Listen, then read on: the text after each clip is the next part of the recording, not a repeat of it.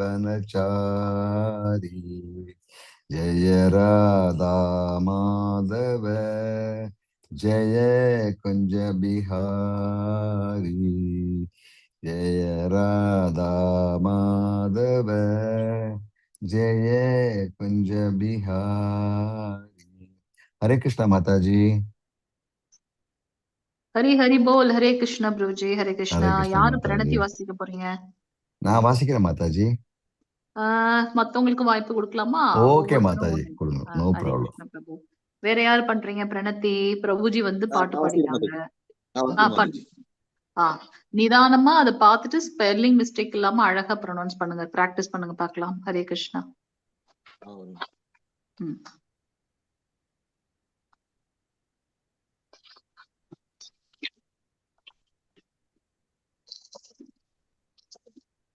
हरे कृष्ण। ओम नमो भगवते वासुदेवाय। ओम नमो भगवते वासुदेवाय। ओम नमो भगवते वासुदेवाय। ओम अज्ञान तिमिरान्धस्य ज्ञानाञ्जन शलाकया ससुर उन्मीलितं येन तस्मै श्री गुरवे नमः।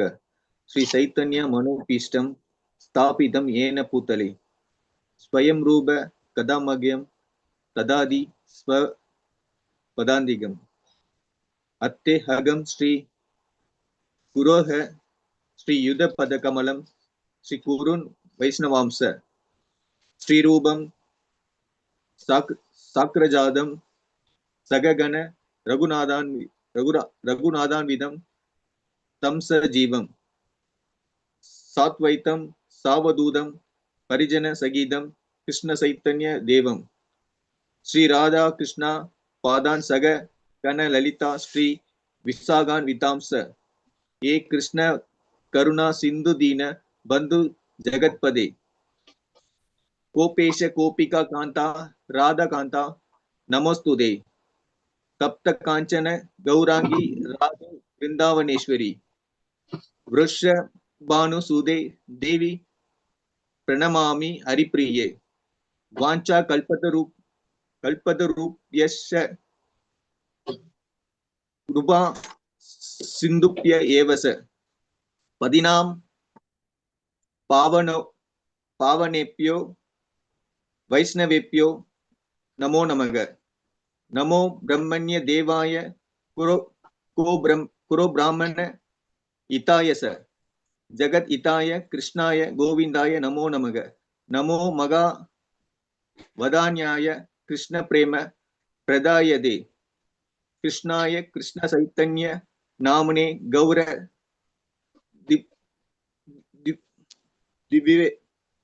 दिव्यवेश नमः। कुरवे गौरचंद्राय राधिकाय ततालये कृष्णाय कृष्ण भक्ताय तक भक्ताय नमो नमः। नमः ओम विष्णुपादाय कृष्ण प्रेष्ठाय भूतले श्रीमते भक्ति वेदांत स्वामी इति नामिनी। नमस्ते सरस्वती देवे गौरवाणी प्रचारिणे निर्विशेषु शून्यवाती पांचात्य देशधारिणे पंचतत्वात्मकं कृष्णं भक्तरूप स्वरूपगं भक्तावतारं भक्ताख्यं नमामि भक्त शक्तिगं। जय श्री कृष्ण चैतन्य प्रभु नित्यानंद श्री अद्वैत गदाधर श्री श्रीवासादि गौर भक्त वृंद। हरे कृष्णा कृष्णा कृष्णा हरे हरे हरे राम राम राम हरे हरे। ஹரே கிருஷ்ணா. ஹரே கிருஷ்ணா பிரபு. ரொம்ப நன்றி பிரபு. ஹரே கிருஷ்ணா மாதாஜி, பிரபுஜி எல்லாருக்கும் ஹரே கிருஷ்ணா. இன்னைக்கு வந்து நம்மளுடைய 16வது நாள் இணைஞ்சிருக்கோம் இந்த L2 கிளாஸ்ல 15. சோ இன்னைக்கு வந்திருக்கக்கூடிய அனைத்து பக்த கோடிகளையும் ஸ்ரீ ஸ்ரீ ராதா கோவிந்தா இஸ்கான் மேங்களூர் சார்பாக வருக வருக என்று வரவேற்கின்றோம். ஸ்கிரீன் தெரியுதுங்களா? ஹரே கிருஷ்ணா மாதாஜி. மாதாஜி இன்னைக்கு நமக்கு வந்து ஸ்ரீ தனஞ்சய சேவையை பத்தி விளக்கம் கொடுக்கறதுக்காக இவங்க மங்களம் மாதாஜி வருவாங்க. மூத்த பக்தர் அவங்க. உங்களுக்கு தெரியும், அவங்க ரொம்ப வருஷமா நம்மளோட இஸ்கான் இதுல இருக்காங்க. தமிழ் டீம்ல ஹிந்தி இங்கிலீஷ் எல்லா கிளாஸும் எடுப்பாங்க. அவங்க வந்தாங்கன்னா எனக்கு ஜஸ்ட் இது பண்ணுங்க. நான் ஸ்கிரீன் ஷேர் பண்றதுனால எனக்கு தெரியாது. மாதாஜி நீங்களும் please make a note. Vishnu Prabhu நீங்களும் பாத்துக்கங்க, சரிங்களா? அது போல இப்ப நான் ஒரு மாதாஜி வந்துட்டாங்க மாதாஜி. மங்கள மாதாஜி வந்துட்டாங்களா? ஓகே, நான் அந்த ஸ்கிரீன் இதை ஸ்டாப் பண்ணி. ஹரே கிருஷ்ண மாதாஜி, பிரணாம் மாதாஜி. ஹரே கிருஷ்ணா மாதாஜி. ஹரே கிருஷ்ணா. இல்லம்மா, நீங்க கிளாஸ் பண்ணிட்டே இருங்க மாதாஜி. இல்ல மாதாஜி, நீங்க உங்க நம்மளோட கிளாஸ் ஸ்ட்ரென்த் இவ்வளவுதான் கேட்கறதுக்கு இருக்கும். என்னம்மா? நம்ம ஸ்ட்ரென்த் இவ்வளவுதான் இருக்கும். நீங்க இப்ப சொல்றீங்களா இல்ல நம்ம கிளாஸ் இது இன்னும் வருமா? ஆரம்பிக்கலாமா? ஸ்ட்ரென்த் வருமா? இன்னும் இருக்குமா? இன்னும் கூட வருவாங்களா? 20 மெம்பர்ஸ் கிட்ட இருப்பாங்க. இன்னும் ஒரு 2 பேர் தான் வந்து ஜாயின் பண்ணுவாங்க இன் பிட்வீன். அதான் நான் என்ன சொல்றேன், நீங்க இப்போ ஒரு ஆரம்பிச்சீங்கன்னா ஒரு 4-5 ஸ்லோகம் பண்ணிட்டே இருங்க. ஓகே மாதாஜி. நீங்க ஹரே பண்ணிட்டே கிருஷ்ண இருங்க. மாதாஜி. நான் தேங்க்யூ சோ நம்ம மச். கிளாஸை கேட்கலாங்கிறதுல தானே வந்திருக்கேன் நான். அந்த ஹரே ஐடியா கிருஷ்ண மாதாஜி. பிரணாம் Mataji. Hare Krishna you Mataji. Carry on Mataji. Yes Mataji. நான் உங்களை பத்தி ஒரு வார்த்தை மட்டும் சொல்லிடுறேன் மாதாஜி பக்தர்களுக்கு. சோ நம்ம ஹிஸ் கிரேஸ் மங்களமயி ஸ்ரீ பரதா தேவிதாசி மாதாஜி வந்து நமக்கு வந்து நம்மளுடைய இஸ்கான்ல ரொம்ப மூத்த பக்தர். அவங்க உங்களுக்கு தெரியும், அவங்க எல்லா லெவல்லயுமே அவங்களுக்கு வந்து கிளாஸ் எடுக்கிறாங்க. நம்மளுக்கு தமிழ் ஷார்ட் பாகவதம் காலையில கிளாஸ் வந்து 5:30 மணிக்கு அவங்க கிளாஸ் கொடுக்குறாங்க. அழகா ஸ்லோகம் சொல்லி தருவாங்க. நமக்கு எல்லா லெவலையும் நமக்கு கோஆர்டினேட் பண்ணியிருக்காங்க. அவங்க இன்னைக்கு நம்ம கிளாஸ்க்கு அட்ரஸ் பண்ண வந்திருக்கிறது வந்து நம்மளோட பாக்கியம். நம்மளோட டெம்பிள்ல என்ன மாதிரியான சேவைகள்லாம் இருக்கு அப்படின்றது வந்து ஸ்ரீ தனஞ்சய சேவை அப்படின்னு அதை பத்தி நமக்கு இன்னைக்கு எக்ஸ்பிளைன் பண்ணுவாங்க. நம்ம இன்னும் கொஞ்சம் கூட வெயிட் பண்ணலாம், கிளாஸ் எடுத்துட்டே இருக்கலாம். மாதாஜி நீங்க இது பண்ணும்போது சொல்லுங்க மாதாஜி. நான் ஸ்கிரீன் ஷேர் பண்றதுனால இது பண்ண முடியாம நோ ப்ராப்ளம். நீங்க யூ கேரி ஆன். நான் ஹேண்ட் ரைஸ் பண்ணிடுறேன். ஓகே மாதாஜி. தேங்க்யூ மாதாஜி. விஷ்ணு பிரபு நீங்க அதை கொஞ்சம் எனக்கு சென்சிடைஸ் பண்ணிடுங்க பிரபு. ஹரே கிருஷ்ணா. ஹரே கிருஷ்ணா மாதா. ஓகே மாதாஜி. ஏன்னா நான் ஸ்கிரீன் ஷேர் பண்றதுனால எனக்கு தெரியாது மாதாஜியோடது, அதுக்காக தான். ஓகே, நான் இது பண்றேன். உங்களுக்கு தெரியுதுங்களா? ஸ்கிரீன் தெரியுதுங்களா? பாருங்க. தெரியுது மாதாஜி. ஓகே, ஹரே கிருஷ்ணா. எல்லோருக்கும் ஹரே கிருஷ்ணா. நம்ம நேத்திக்கு வரைக்கும் 5 அத்தியாயங்கள் பார்த்தோம் இல்லையா? இன்னைக்கு 6வது அத்தியாயம் பார்க்க போறோம். இந்த அத்தியாயத்தோட பெயர் வந்து தியான யோகம், அஷ்டாங்க யோகம். சாங்கிய யோகம் கிடையாது, தவறான ஒரு இங்க பிரிண்ட் ஆயிருக்கு. அஷ்டாங்க யோகம் அப்படின்றத பாக்குறோம். தியான யோகத்துல 8 விதமான நிலைகள். அஷ்ட அப்படின்னா 8. சோ அதை பத்தி பார்க்க போறோம். கிளாஸ் போறதுக்கு முன்னாடி ஒரு சின்னதா நம்ம ரீகேப் பார்த்துக்கலாம். ஓகே, முதல் அத்தியாயத்தோட தலைப்பு என்ன? யார் சொல்றீங்கன்னு பார்க்கலாம். முதல் அத்தியாயத்தோட தலைப்பு அர்ஜுன விஷாத யோகம். அர்ஜுன விஷாத யோகம். ஹரி போல். ஹரே கிருஷ்ணா. 2வது அத்தியாயத்தோட தலைப்பு என்ன? 2வது அத்தியாயத்தோட தலைப்பு கீதையின் உட்பொருள் சுருக்கம். கீதையின் உட்பொருள் சுருக்கம். ஹரே கிருஷ்ணா. நம்ம சமஸ்கிருதத்துல என்னன்னு பாக்குறோம்? சாங்கிய யோகம் பார்த்தோம் இல்லையா?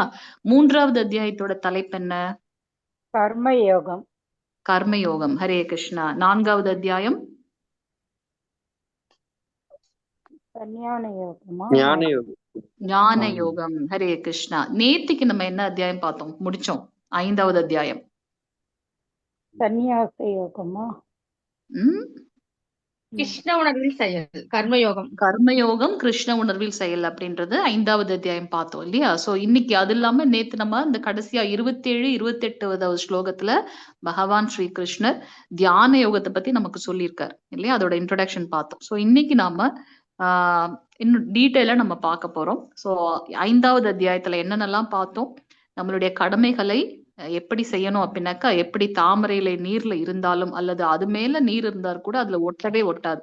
அது போல நம்மளுடைய கடமைகளை பற்றின்றி செய்ய வேண்டும் அப்படின்றத நம்ம பார்த்தோம்.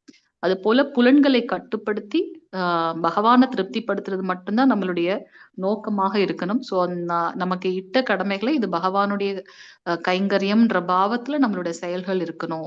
சோ அந்த செயலுக்கு நான் தான் பொறுப்பாளி, நான் தான் இந்த செயலை செய்யறேன் அப்படின்ற அந்த பாவம் நம்ம கிட்ட இருக்கக்கூடாது.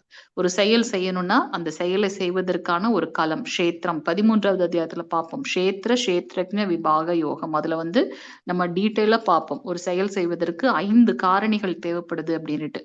சோ இங்க வந்து நம்ம என்ன பாக்குறோம் அப்படின்னா, ரொம்ப பிரீஃபா இங்க வந்து பகவான் சொல்றார். அந்த செயல் செய்யறதுக்கு நமக்கு உடல் தேவைப்படுகின்றது. அதை யோசிக்கிறதுக்காக நமக்கு அந்த ஆத்மா, அதை சாங்ஷன் பண்றது வந்து பரமாத்மா அப்படின்றத நம்ம பாக்குறோம். இதெல்லாம் நம்ம டீட்டெயிலா பார்த்தோம். அது மட்டும் இல்லாமல் அந்த உயர்ந்த நிலையில இருக்கக்கூடிய தூய பக்தர்கள் எல்லாவற்றையும் சமமான ஒரு பாவத்துல இருக்காங்க அப்படின்றதையும், அஷ்டாங்க யோகத்தோட ஒரு அறிமுகத்தை 27, 28வது ஸ்லோகத்துல பார்த்தோம். சோ இது அனைத்தையும் செய்துட்டு அமைதியாக இருப்பதற்குண்டான வழி என்ன அப்படின்றதையும் பகவான் கொடுத்திருக்கார்.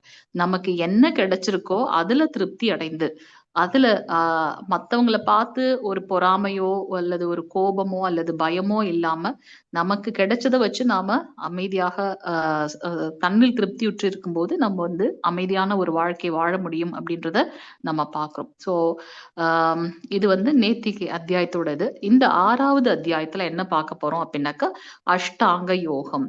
அஷ்ட அப்படின்னாக்கா 8, யோகம் என்பது நம்ம ஆல்ரெடி பார்த்திருக்கோம். இந்த பக்தனையும் பகவானையும் இணைக்கக்கூடிய எந்த ஒரு செயலையும் நம்ம யோகம்னு பார்த்திருக்கோம். சோ அஷ்டாங்க யோகம் அப்படின்னாக்கா அந்த அந்த 8 நிலைகள்ல தியானம் செய்து எப்படி வந்து பகவானை அடைவது அப்படின்றத வந்து நம்ம பார்க்கிறோம். நம்ம 18 அத்தியாயங்களை முதல் 6 அத்தியாயங்கள் நமக்கு பிரதானமா என்ன எடுத்து சொல்லுது நம்ம பார்க்கிறோம். முதல் 6 அத்தியாயங்கள் பிரதானமாக, அதாவது முக்கியமா நமக்கு என்ன எடுத்து சொல்லுதுன்னு பார்த்திருக்கோம். 18 அத்தியாயங்கள் 6 கர்மயோகம் நம்மளுடைய செயல்கள் எப்படி இருக்கணும் அப்படின்றத நம்மளுக்கு பிரதானமா எடுத்து சொல்றது. மத்தியில இருக்கக்கூடிய 6 அத்தியாயங்கள் பக்தி யோகம். கடைசியாக இருக்கக்கூடிய 6 அத்தியாயம் ஞான யோகம். Correct, thank you Mataji. சோ இந்த முதல் 6 அத்தியாயங்கள் கர்மயோகத்தை நமக்கு எடுத்து கூறுகின்றது. சோ அதுல வந்து நம்ம இந்த கடைசி 6வது அத்தியாயத்தை நம்ம பார்க்க போறோம். இதுல வந்து பாத்தீங்கன்னா மனதுடைய தன்மையை பத்தி முதல் 9 பதங்கள்ல பார்க்க போறோம். அத எப்படி மனசு வந்து நமக்கு நண்பனாகவும் இருக்க முடியும், அதே சமயத்துல விரோதியாகவும் இருக்க முடியும். எப்படி அப்படின்னாக்கா அது எப்ப நம்ம கட்டுப்படுத்தி வச்சிருக்கோமோ அப்போ அது வந்து நம்முடைய நண்பன், அதற்கு நாம கட்டுப்படும் போது அது நம்முடைய விரோதி அப்படின்றத நம்ம பாக்குறோம். சோ அதுல அந்த விஷயத்த வந்து அந்த முதல் 6 ஸ்லோகங்கள்ல பாக்குறோம். அடுத்தது வந்து பாத்தீங்கன்னா அஷ்டாங்க யோகம்னா என்ன, அந்த 8 விதமான நிலைகள் என்ன அப்படின்றத பாக்குறோம். 10ல இருந்து 36வது ஸ்லோகம் வரைக்கும் பாக்குறோம்.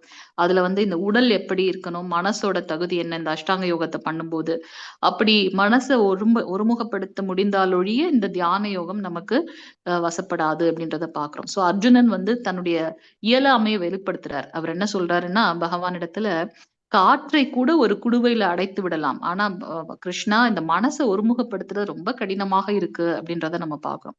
எப்படிப்பட்டவர் அவர், பகவான் ஸ்ரீ கிருஷ்ணரே வந்து அவருக்கு உதவி செய்யறார், அவருடைய நண்பன், அது இல்லாம ஒரு உறவினரும் கூட. அப்படி இருக்கும்போது அது மட்டும் இல்லாம அர்ஜுனனுடைய அந்த தவ வலிமையெல்லாம் நம்ம பார்த்திருக்கோம். அவர் கீழே வந்து மீனோட பிரதிபிம்பத்தை பார்த்துட்டே மேல வந்து அந்த ஒரு மீனோட கண்ணு கட்டி வச்சிருப்பாங்க திரௌபதியோட அந்த திருமண இதுல வந்து நம்ம பாக்குறோம் இல்லையா, சுயம்பரத்துல. சோ அது வந்து மேல வந்து மீன் கட்டி வச்சிருப்பாங்க, கீழே வந்து அந்த தண்ணி இருக்கும். அந்த மீனோட பிரதிபிம்பம் இந்த தண்ணியில விழும். அத கீழே பார்த்துட்டே என்ன பண்ணணும், அந்த மீனை வந்து அதோட கண் பார்த்து அடிக்கணும். அப்போ அதை மனசை ஒருமுகப்படுத்தினால் ஒழிய நம்ம அந்த வேலையை அந்த செயல் செய்ய முடியாது.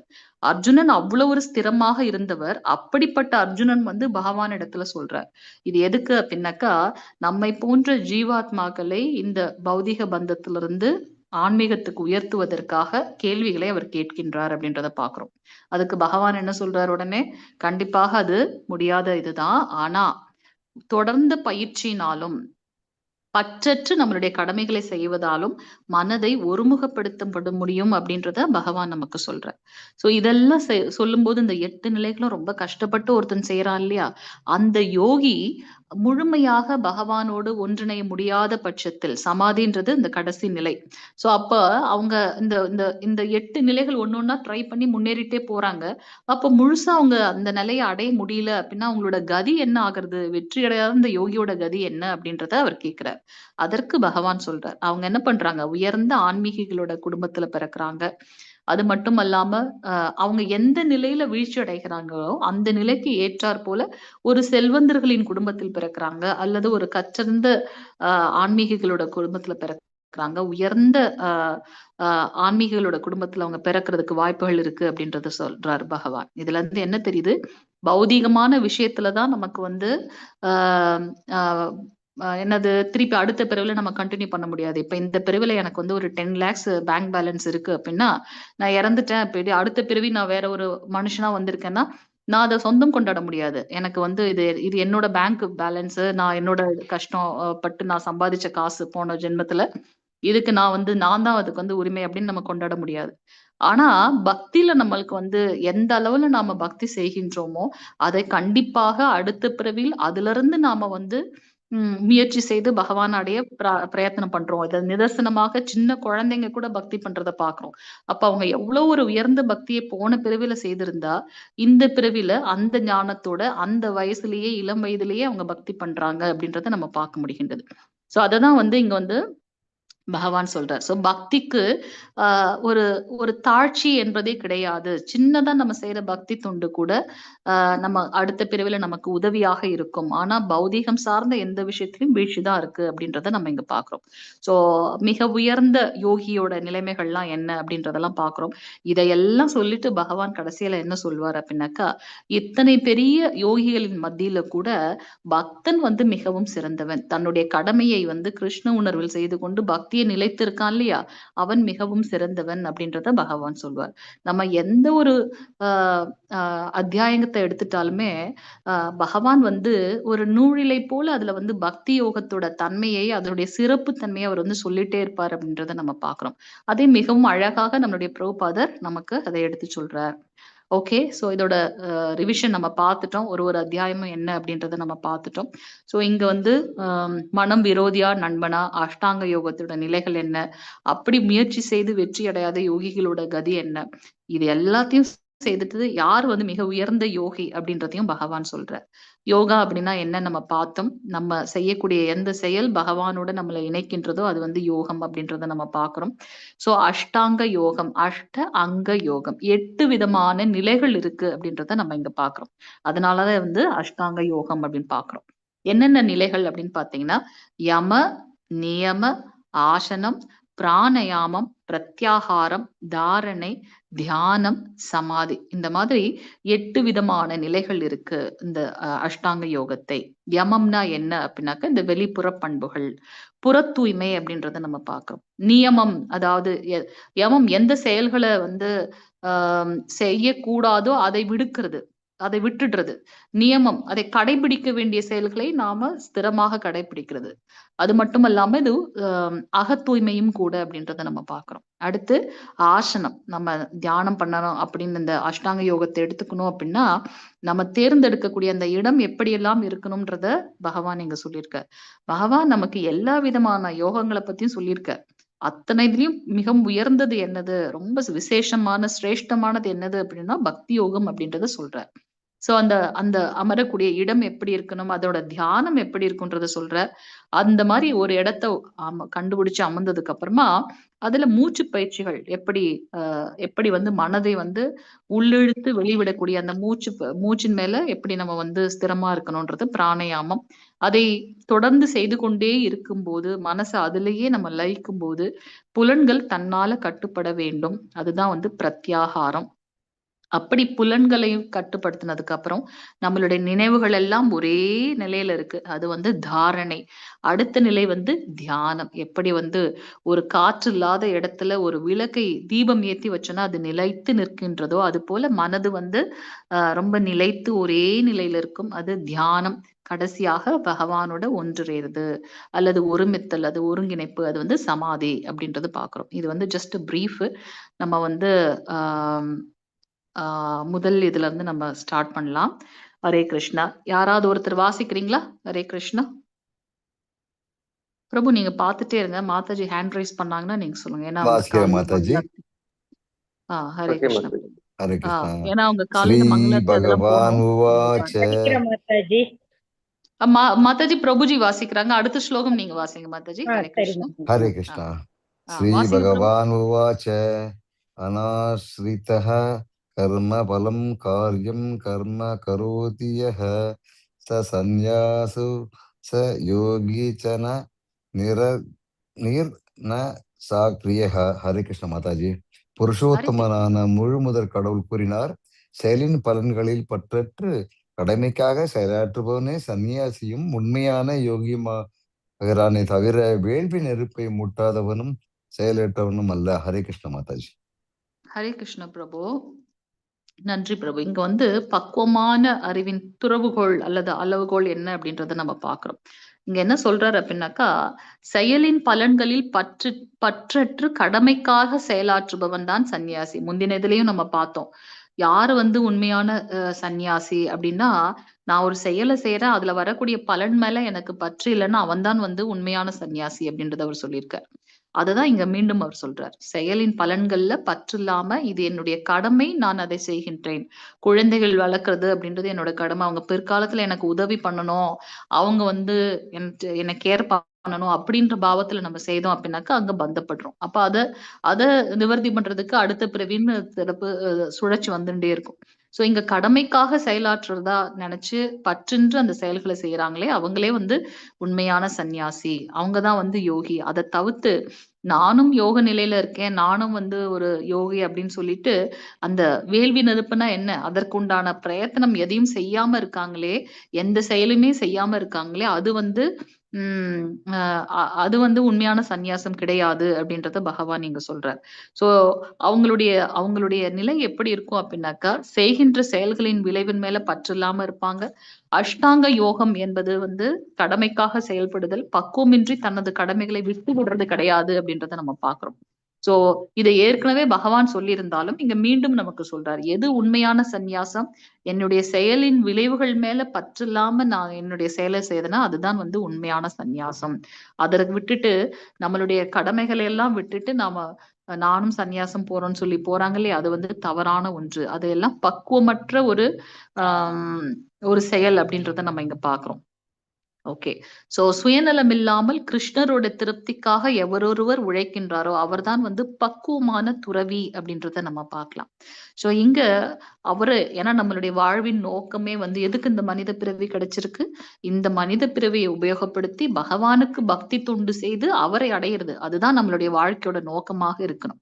அதை எப்போ அவருடைய அதீதமான கருணையினால பக்தர்கள் சங்கத்தின் மூலமாகவும் ஆச்சாரியர்கள் மூலமாகவும் அந்த அந்த ஞானத்தை அவர் கொடுக்கிறார். அதை நம்ம உடனே பற்றி கொள்ள வேண்டும். அப்படி அதை பற்றி கொள்ளும் போது எந்த ஒரு சுயநலமும் இல்லாம அவருடைய திருப்திக்காக நாம வந்து என்ன பண்றோம், செயலாற்றுகின்றோம் அப்படின்றத நம்ம பார்க்கலாம்.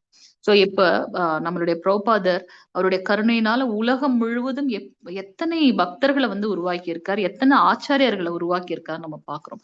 அவர்களுடைய அடிச்சுவடுகளை நம்ம ஃபாலோ பண்ணி நம்ம என்ன பண்றோம், கிருஷ்ண பக்தியை பிராக்டிஸ் பண்றோம் எல்லாருமே இல்லையா. சோ இங்க வந்து மேற்கத்திய நாடுகள்ல அந்த ஆன்மீக வாசமே இல்லாத அந்த நாட்டுல சென்று இவ்வளவு ஒரு ஆன்மீக புரட்சியை கொண்டு வந்தார் பிரபுபாதர் அப்படின்னாக்கா அது பகவானுடைய அவருடைய ஆசீர்வாதங்கள் அவருக்கு இருக்கிறதுனால இதெல்லாம் நடக்குது அப்படின்றத நம்ம பாக்குறோம். சோ அவர் வந்து நினைக்கல எனக்கு வந்து நிறைய எத்தனை எனக்காக எல்லாம் செய்யணும்னோ இல்ல எத்தனை கோயில்கள்னால எனக்கு ஒரு பலனோ அப்படின்னு அவர் நினைக்கல. இத வந்து என்னுடைய குரு வந்து எனக்கு இட்ட கட்டளை, உன்னுடைய ஆங்கில புலமையை மேற்கத்திய நாடுகள்ல சென்று கிருஷ்ண பக்தியை பரப்புவதற்காக உபயோகப்படுத்தணும்ட்டு தன்னுடைய குரு சொன்னார். அந்த குருவோட கட்டளையை கிருஷ்ணர்கிட்ட வந்து அவர் என்ன பண்றார், பிரார்த்தனை செய்து அதை எடுத்துக்கொண்டார். சோ அதே ஒரு பெஸ்ட் எக்ஸாம்பிள் நம்மளுடைய பிரபுபாதரோட நம்ம பார்க்கலாம். அவர் அந்த செயலினோட பலன் மேல அவருக்கு பற்றுதலே இல்லை. எங்கெல்லாம் வாய்ப்பு கிடைக்குதோ யாரையெல்லாம் முடியுமோ அவர் என்ன பண்றாரு, அவர் பக்தி மார்க்கத்துல எடுத்து சென்றார் அப்படின்றத நம்ம இங்க பார்க்க முடிகின்றது. இரண்டாவது பதம். ஹரே கிருஷ்ணா. மாதாஜி ஒருத்தவங்க ட்ரை பண்றீங்களா, படிங்க. ஹரே கிருஷ்ணா. படிக்கிறேன் மாதாஜி. பதம் 6.2 யம் சனன்யாசம் இதி அகுர் யோகம் தம் வித்தி பாண்டவ நகிய சந்நியஸ்த சங்கல்பு யோகி பவதி கஷன.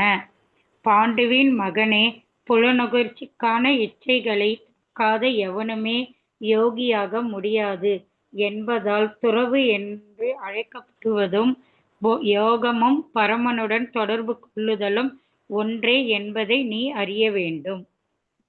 ஹரே கிருஷ்ண மாதாஜி. தேங்க்யூ மாதாஜி. சோ இங்க வந்து அவர் சொல்றார் என்னது, புலனுகர்ச்சிக்கான இச்சைகளை துறக்கிறது தான் வந்து அப்படி துறந்தால்தான் வந்து அவங்க வந்து யோகியாக முடியும், அதுதான் வந்து துறவு அப்படின்றத சொல்றார். நான் பௌதிகமான விஷயத்துல மீண்டும் மீண்டும் என்னுடைய புலன்களை, அதாவது நம்ம பாக்குறோம் இல்லையா, கண், காது, மூக்கு, நாக்கு, தொடு உணர்வு, சோ இந்த புலன்களை பௌதிக இச்சைக்காகவே மீண்டும் மீண்டும் உபயோகப்படுத்திட்டே இருந்தேன்னா அதனுடைய பலன் வந்து நமக்கு கிடைக்கிறது. அதனால நான் என்ன பண்றேன், அடுத்த பிறவில அந்த கர்மவை நிவர்த்தி பண்றதுக்காக மீண்டும் ஒரு பிறவி எடுக்க வேண்டியதாக இருக்கு. சோ இந்த சுழற்சியிலேயே நம்ம போயிட்டு இருக்கோம்.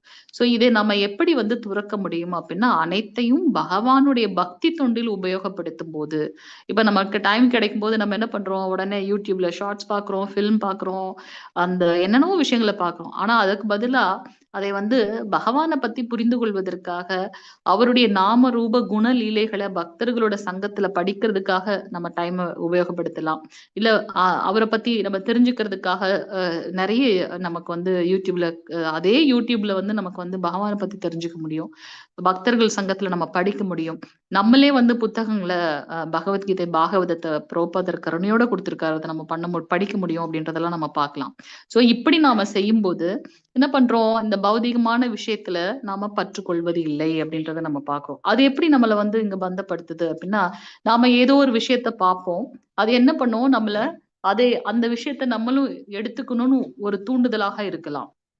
அப்போ தேவையில்லாத சகவாசம், நம்மளுடைய வரம்புக்கு மீறின செலவு நம்ம செய்யறதுக்கு உண்டான செயல்கள் நடக்கலாம் அங்க. அப்போ என்ன பண்றோம், நம்ம மீண்டும் வந்து தவறான விஷயங்களை நம்ம ஆட்கொள்ளப்படுறதுனால அதனுடைய விளைவை நம்ம வந்து பார்க்க வேண்டியதாக இருக்கு. எக்ஸாம்பிள் நீங்க எடுத்துட்டீங்கன்னா, ஏதாவது ஒரு ஆடை நம்ம பார்க்கிறோம். ஸோ அதை எல்லாரும் திருப்பி திருப்பி சொல்லும் போது நம்மையே அறியாம நம்ம அன்கான்சியஸ் மைண்ட்ல போய் அது போய் சப்கான்சியஸ்ல போய் அது உட்காந்துருது. அப்ப என்ன பண்றோம், அதே விஷயத்த தான் எங்க நம்ம கிராசரி ஷாப் போனாலும் சரி, மற்ற இடத்துக்கு போனாலும் அந்த விஷயத்த தான் நம்ம எடுத்து உபயோகப்படுத்த பார்க்கிறோம். சோ அதனால நம்மளுடைய இந்த புலன்களை பௌதிகமான இச்சைகளுக்கு உபயோகப்படுத்துவதற்கு பதிலாக நாம என்ன பண்ணணும், ஆன்மீகமான விஷயங்களை உபயோகப்படுத்தணும். நம்ம வந்து பிரசாதமாக எடுத்துக்கொள்ள வேண்டும். என்ன சாப்பிடணும்னு நினைக்கிறோமோ அதை பகவானுக்கு அர்ப்பணம் பண்ணி நைவேத்தியம் பண்ணி அதை பிரசாதமாக எடுத்துக்கொள்ளலாம். அவரை பத்தின இந்த பிரஜல்பா பண்றதை விட மத்தவங்களை பத்தி தவறாக பேசுவதோ அல்லது அவங்கள பத்தி தவறாக எண்ணுவதை கூட நமக்கு வந்து பிரஜல்பா அப்படின்னு சொல்லப்பட்டிருக்கு. அதை நம்ம அடுத்த லெவல் 3ல நீங்க படிப்பீங்க. சோ நம்ம டைம் வந்து அதுல வேஸ்ட் பண்ணக்கூடாது. ஆல்ரெடி நமக்கு வாழ்நாள்ல ஏற்கனவே நிறைய வேஸ்ட் பண்ணியாச்சு. இப்ப குறைஞ்சபட்ச நேரம் தான் இருக்கு. இத நம்மளுடைய இவருக்கு பரீட்சித் மகாராஜருக்காச்சும் தெரிஞ்சிச்சு 7 நாள்ல வந்து அவருக்கு மரணம் சம்பவிக்கணும். ஆனா நமக்கு தெரியல. இப்போ நைட்டு தூங்கணும்னா காலைல எந்திருப்போமான்னு தெரியல. அப்ப எவ்வளவு நம்மளால முடியுமோ அவ்வளவு தூரம் வந்து நம்ம பகவானை பத்தி தெரிந்து கொண்டு பக்தி செய்ய முயற்சி பண்ணணும் அப்படின்றத நம்ம பாக்குறோம். சோ யாருமே வந்து இந்த நம்ம புலன்களை கட்டுப்படுத்தினாதான் அவன் வந்து யோகி, அதுதான் வந்து உண்மையான துறவு. அப்படி இல்லாத அந்த யோகியும் அந்த துறவு அப்படின்னு அழைக்கப்படுறதும் வந்து ஒன்று அப்படின்றத வந்து இங்க பகவான் சொல்றார். இரண்டுமே வந்து புலன்களை துறப்பது என்பது அத்தியாவசியமாகின்றது. பக்தருக்கு பக்குவமான துறவு என்பது மிகவும் எளிதாகின்றது. ஏன்னா என்னுடைய புலன்கள் அனைத்தையும் ஆல்ரெடி நான் பகவானுடைய பக்தி தொண்டுல ஈடுபடுத்தும் போது அது தூய்மை அடைந்து விடுகின்றது. அப்போ நம்ம பற்று என்பதே கிடையாது. இப்ப நீங்க பாத்தீங்கன்னா எத்தனையோ பக்தர்கள் வந்து ஷேர் பண்ணிருக்காங்க. முன்னெல்லாம் நான் வந்து வெளியில போய் அங்க போகணும் இங்க போகணும்னு ஆசைப்படுவேன். ஆனா இப்ப வந்து பாத்தீங்கன்னா எனக்கு எப்படா புண்ணிய ஸ்தலங்கள்ல அதுவும் பக்தர்களோட சங்கத்துல போய் யாத்திரை போகணுன்ற ஆசை வந்து நிறைய இருக்கு அப்படின்லாம் நிறைய பக்தர்கள் சொல்லியிருக்காங்க. அப்போ முன்ன இருந்தது வந்து பௌதிகமான இச்சை, ஆனா இப்ப இருக்கிறது வந்து ஆன்மீகமான ஒன்று அப்படின்றத பாக்குறோம். சோ இங்க நாம வந்து என்ன பண்றோம், அதெல்லாம் திறந்துட்டோம். நம்ம மத்த பௌதிகமான விஷயங்கள ஆட்டோமேட்டிக்கா நமக்கு வந்து பக்தியில முன்னேறும் போது அந்த ஆசைகள்லாம் நம்மளை விட்டு போகின்றது அப்படின்றத நம்ம பார்க்கலாம். சோ முழுமையான ஞானம் என்ன, ஜட புலனுகர்ச்சியை விட்டு விடுவதால் கிருஷ்ணருடைய சேவையில் புலன்களை ஈடுபடுத்துவதால் வரக்கூடியது அப்படின்றத நம்ம இங்க பார்க்கிறோம். இது ஆல்ரெடி நம்ம பார்த்துட்டோம். ஞான யோகம் அப்படின்னாலே என்னன்னா, எந்த ஒரு ஞானம் என்னை பகவானை பற்றி புரிந்து கொள்வதற்கும் அவரை அடைவதற்கும் உபயோகமாக இருக்கின்றதோ அதுதான் வந்து ஞான யோகம் அப்படின்னு பார்த்தோம் இல்லையா. சோ இப்ப எத்தனையோ யோகங்கள் இருந்தாலும் ரொம்ப உச்சிதமானது உயர்ந்தது எது அப்படின்னாக்கா பக்தி யோகம் அப்படின்றத நம்ம பாக்குறோம். சோ ஞான யோகம் அஷ்டாங்க யோகத்தை காட்டிலும் உயர்ந்தது எது அப்படின்னாக்கா பக்தி யோகம். ஆனா இதுல இருக்க அனைவருமே வந்து பகவானை அடைவாங்க. எப்படி நம்ம பாக்குறோம், பகவானை எந்தெந்த நிலைகள்ல புரிந்து கொள்ள முடியும், பரபிரம்மம் பரமாத்மா பரம புருஷர். பரபிரம்மம் பகவானே எல்லா இடத்திலும் வியாபித்திருக்கார் அப்படின்ட்டு நான் அதோடயே நின்னுட்டேன் அப்படின்னாக்கா அது முழுமையான புரிதல் கிடையாது. இந்த இந்த பிரபஞ்சத்தை தாண்டிலும் ஒவ்வொருத்தவங்களுக்கு உள்ளாரையும் வந்து பரமாத்மாவாக இருக்கார், அவர்தான் பகவான் அப்படின்னு அடுத்த நிலை போய் அங்க நின்னுட்டேன் அப்படின்னா அதுவும் வந்து முழுமையான புரிதல் கிடையாது. இதையெல்லாம் தாண்டி பகவான் வந்து பரம புருஷராக அனைத்தையும் அனுபவிப்பவர், அனைத்தையும் கட்டுப்படுத்துபவர், நம்ம எல்லாருக்கும் வந்து ஒரு நண்பனாக இருக்கக்கூடியவர், அவரே பரம புருஷர், அவரின்றி அணுவும் அசையாது அப்படின்னு அவருடைய லீலைகள் செயல்கள் எல்லாமே திவ்யமானதுன்னு எப்போ உணர்கின்றோமோ அதுதான் வந்து உண்மையான பூரணமான புரிதல் பகவானை பத்தி அப்படின்றத நம்ம பார்க்கிறோம். சோ அது எதுல கிடைக்கும் அப்படின்னாக்கா இந்த பக்தி யோகத்தில் கிடைக்கும். அது மட்டுமல்ல, இப்ப இந்த ஞான யோகம், அஷ்டாங்க யோகம் இதெல்லாம் பண்றாங்க இல்லையா? சோ அவங்களுக்கு வந்து ஒரு ஒரு ஒரு சுய என்னது அவங்களுக்கு ஒரு ஒரு செல்ஃபிஷ்னஸ் அங்க இருக்கும். எப்படின்னா ஞானத்தை விருத்தி செய்வதன் மூலமாக நான் என்ன பண்றேன், பகவானுடைய அந்த பகவான் கிட்ட முக்தியை பத்தி நாம எதிர்பார்க்கிறோம். என்னுடைய எல்லா இடத்துலயும் அவர் வியாபித்து இருக்கார், ஓகே, அவரை பத்தி பூரணமா தெரிஞ்சுக்கிறது, அதெல்லாம் தெரிஞ்சுட்டு என்ன பண்றேன், 5 விதமான முக்தி இருக்கு இல்லையா? சோ அந்த முக்தியோட நான் பகவான் கிட்ட அணுகுகின்றேன். அதே சமயத்துல இந்த அஷ்டாங்க யோகத்துல இருக்கவங்க என்ன பண்றாங்க, அஷ்ட சித்திகளையும், அதாவது நினைச்சா அவங்க ரொம்ப சின்னதாக முடியும், ரொம்ப பெருசாக முடியும், தண்ணியில நடக்க முடியும், காற்றுல பறக்க முடியும். சோ இந்த அஷ்ட சித்திகளையும் தெரிந்து கொண்டு நான் என்கிட்ட இந்த கலைகள்லாம் இருக்கு அப்படின்ற மாதிரியான ஒரு சின்ன கர்வம் அவங்களுக்கு வரலாம். இல்ல அத வந்து விருத்தி பண்றதுக்கான விஷயங்கள் இருக்கும். ஆனா பக்தர்கள் அப்படி கிடையாது. பக்தர்களுடைய இது என்னவாக இருக்கு, வேண்டுதல் பகவான் இடத்துல, பகவானே நீங்க என்ன நரகலோகத்துல இட்டாலும் சரி, ஆனா எப்போதும் உங்களுடைய கிருஷ்ண உணர்விலேயே நான் என்ன பண்ணணும், பக்தி தொண்டு செய்து கொண்டே இருக்க வேண்டும். அதுதான் வந்து பக்தர்களுடைய பாவமாக இருக்கு அப்படின்றத நம்ம பாக்குறோம். சோ அவங்க பகவான் இடத்துல விமுக்தி, அதாவது முக்தியற்ற நிலை, எப்பொழுதும் பகவானுக்கு தொண்டு செய்யணும். எப்படி கோபியர்கள் வந்து பகவானுக்கு தொண்டு செய்வது மட்டுமே அவங்க நினைச்சிட்டு இருந்தாங்க இல்லையா? அது அந்த நிலையில வந்து பாத்தீங்கன்னா அதுதான் வந்து பக்தர்களுடைய நிலை அப்படின்றத நம்ம இங்க பாக்குறோம். சோ கிருஷ்ண உணர்வை பயிற்சி செய்யறதுனால எல்லாருடைய நோக்கமும் பக்குவமாக மாற்றப்படுகின்றது அப்படின்றத நம்ம பார்க்கலாம். அவரை திருப்தி பண்றது மட்டுமே அவருக்கான செயலாகவே இருக்கும்போது இந்த பௌதிகமான விஷயங்கள்ல இருந்து நாம விடுபடுகின்றோம் அப்படின்றத நம்ம பார்க்கலாம். பிரபு, மாதாஜி ஹேண்ட் ரைஸ் பண்ண சொல்லுங்க. ஹரே கிருஷ்ணா மாதாஜி. ஓகே பண்றாங்க மாதாஜி. எஸ் மாதாஜி. ஹரே கிருஷ்ணா மாதாஜி. ரொம்ப லேட் ஆயிடுது, நீங்க வேற இல்ல மார்னிங் கரெக்ட். இல்ல மார்னிங்ல நாங்க Bhakti Vaibhava class fast track அங்கேருந்து லீவ் பண்ணிட்டு இங்க வந்துட்டேன். ஓகே மாதாஜி, சாரி உங்களை மாதாஜி. பார்த்துட்டு no please problem. Mataji, carry Hare Mataji. கிருஷ்ணம்மா. நான் உங்களை ஸ்பாட்லைட் பண்ணிட்டேன். ஹரே நோ கிருஷ்ணா. ப்ராப்ளம் மாதாஜி. ஹரே கிருஷ்ணா. எல்லாருக்கும் அன்பான மாலை வணக்கங்கள் தான். மாலை வணக்கம் சொல்றதா இரவு வணக்கம் சொல்றதா தெரியல. எதா இருந்தாலும் வணக்கங்கள். இன்னைக்கு நம்ம வந்து இத்தனை நாளாக நம்ம கீதையை படிச்சுட்டு இருக்கோம் இல்லையா? L1ல படித்தாச்சு. இப்போ L2ல மாதாஜி சூப்பராக சொல்லி கொடுத்துருக்காங்க. நீங்கள் எல்லாரும் கொடுத்து வச்சிருக்கிறவங்க வடிவுக்கரசி மாதாஜி கிளாஸில் அட்டன் பண்ணுறதுக்கு கொடுத்து வச்சிருக்கணும். நீங்கள் எல்லாருமே கீதையின் அமுதத்தை படிக்கிட்டு இருக்கோம். அதே மாதிரி கோயிலில் வந்து நல்ல காரியங்களுக்காக பூஜை பொருள்கள் வாங்குகிறோம். பூஜைக்கு வேணுங்கிற சாமான்கள், அங்கே பிரசாதம் பண்ணுறதுக்கு சாப்பிட்றதுக்கு, இது பகவானுக்கு அலங்காரம் பண்ணுறதுக்கு மாலை எல்லாம் போடுறதுக்கு, அதுக்கு அப்புறம் அங்கே பண்டிட்டெல்லாம் ஏற்பாடு பண்ணுறாங்க. அந்த மாதிரி எல்லாத்துக்கும் நமக்கு நன்கொடை தேவைப்படுகிறது.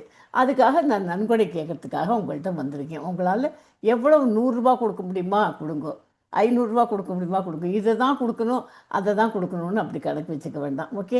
இது வந்து பகவத்கீதையில் 17வது சாப்டரில் 20th ஸ்லோகம் ஒன்று சொல்கிறது. யாருக்காவது தெரியுமா அந்த ஸ்லோகம்? அது என்ன தெரியுமா? 17th சாப்டரில் அது முழுக்க அந்த இது தானே, தானங்கள்லாம் பற்றி வந்திருக்குமே. எது நல்ல தானம், சத்துவ குணத்தில் பண்ணுற தானம், இன்னொன்று வந்து என்னது ரஜோ குணத்தில் பண்ணுற தானம் அப்படின்லாம் இருக்கு இல்லையா? அதனால் சத்துவ குணத்தில் பண்ணுற இது பற்றி தான் 17.20 ஸ்லோகம். தாத்தவ்யம் இது யத் தானம்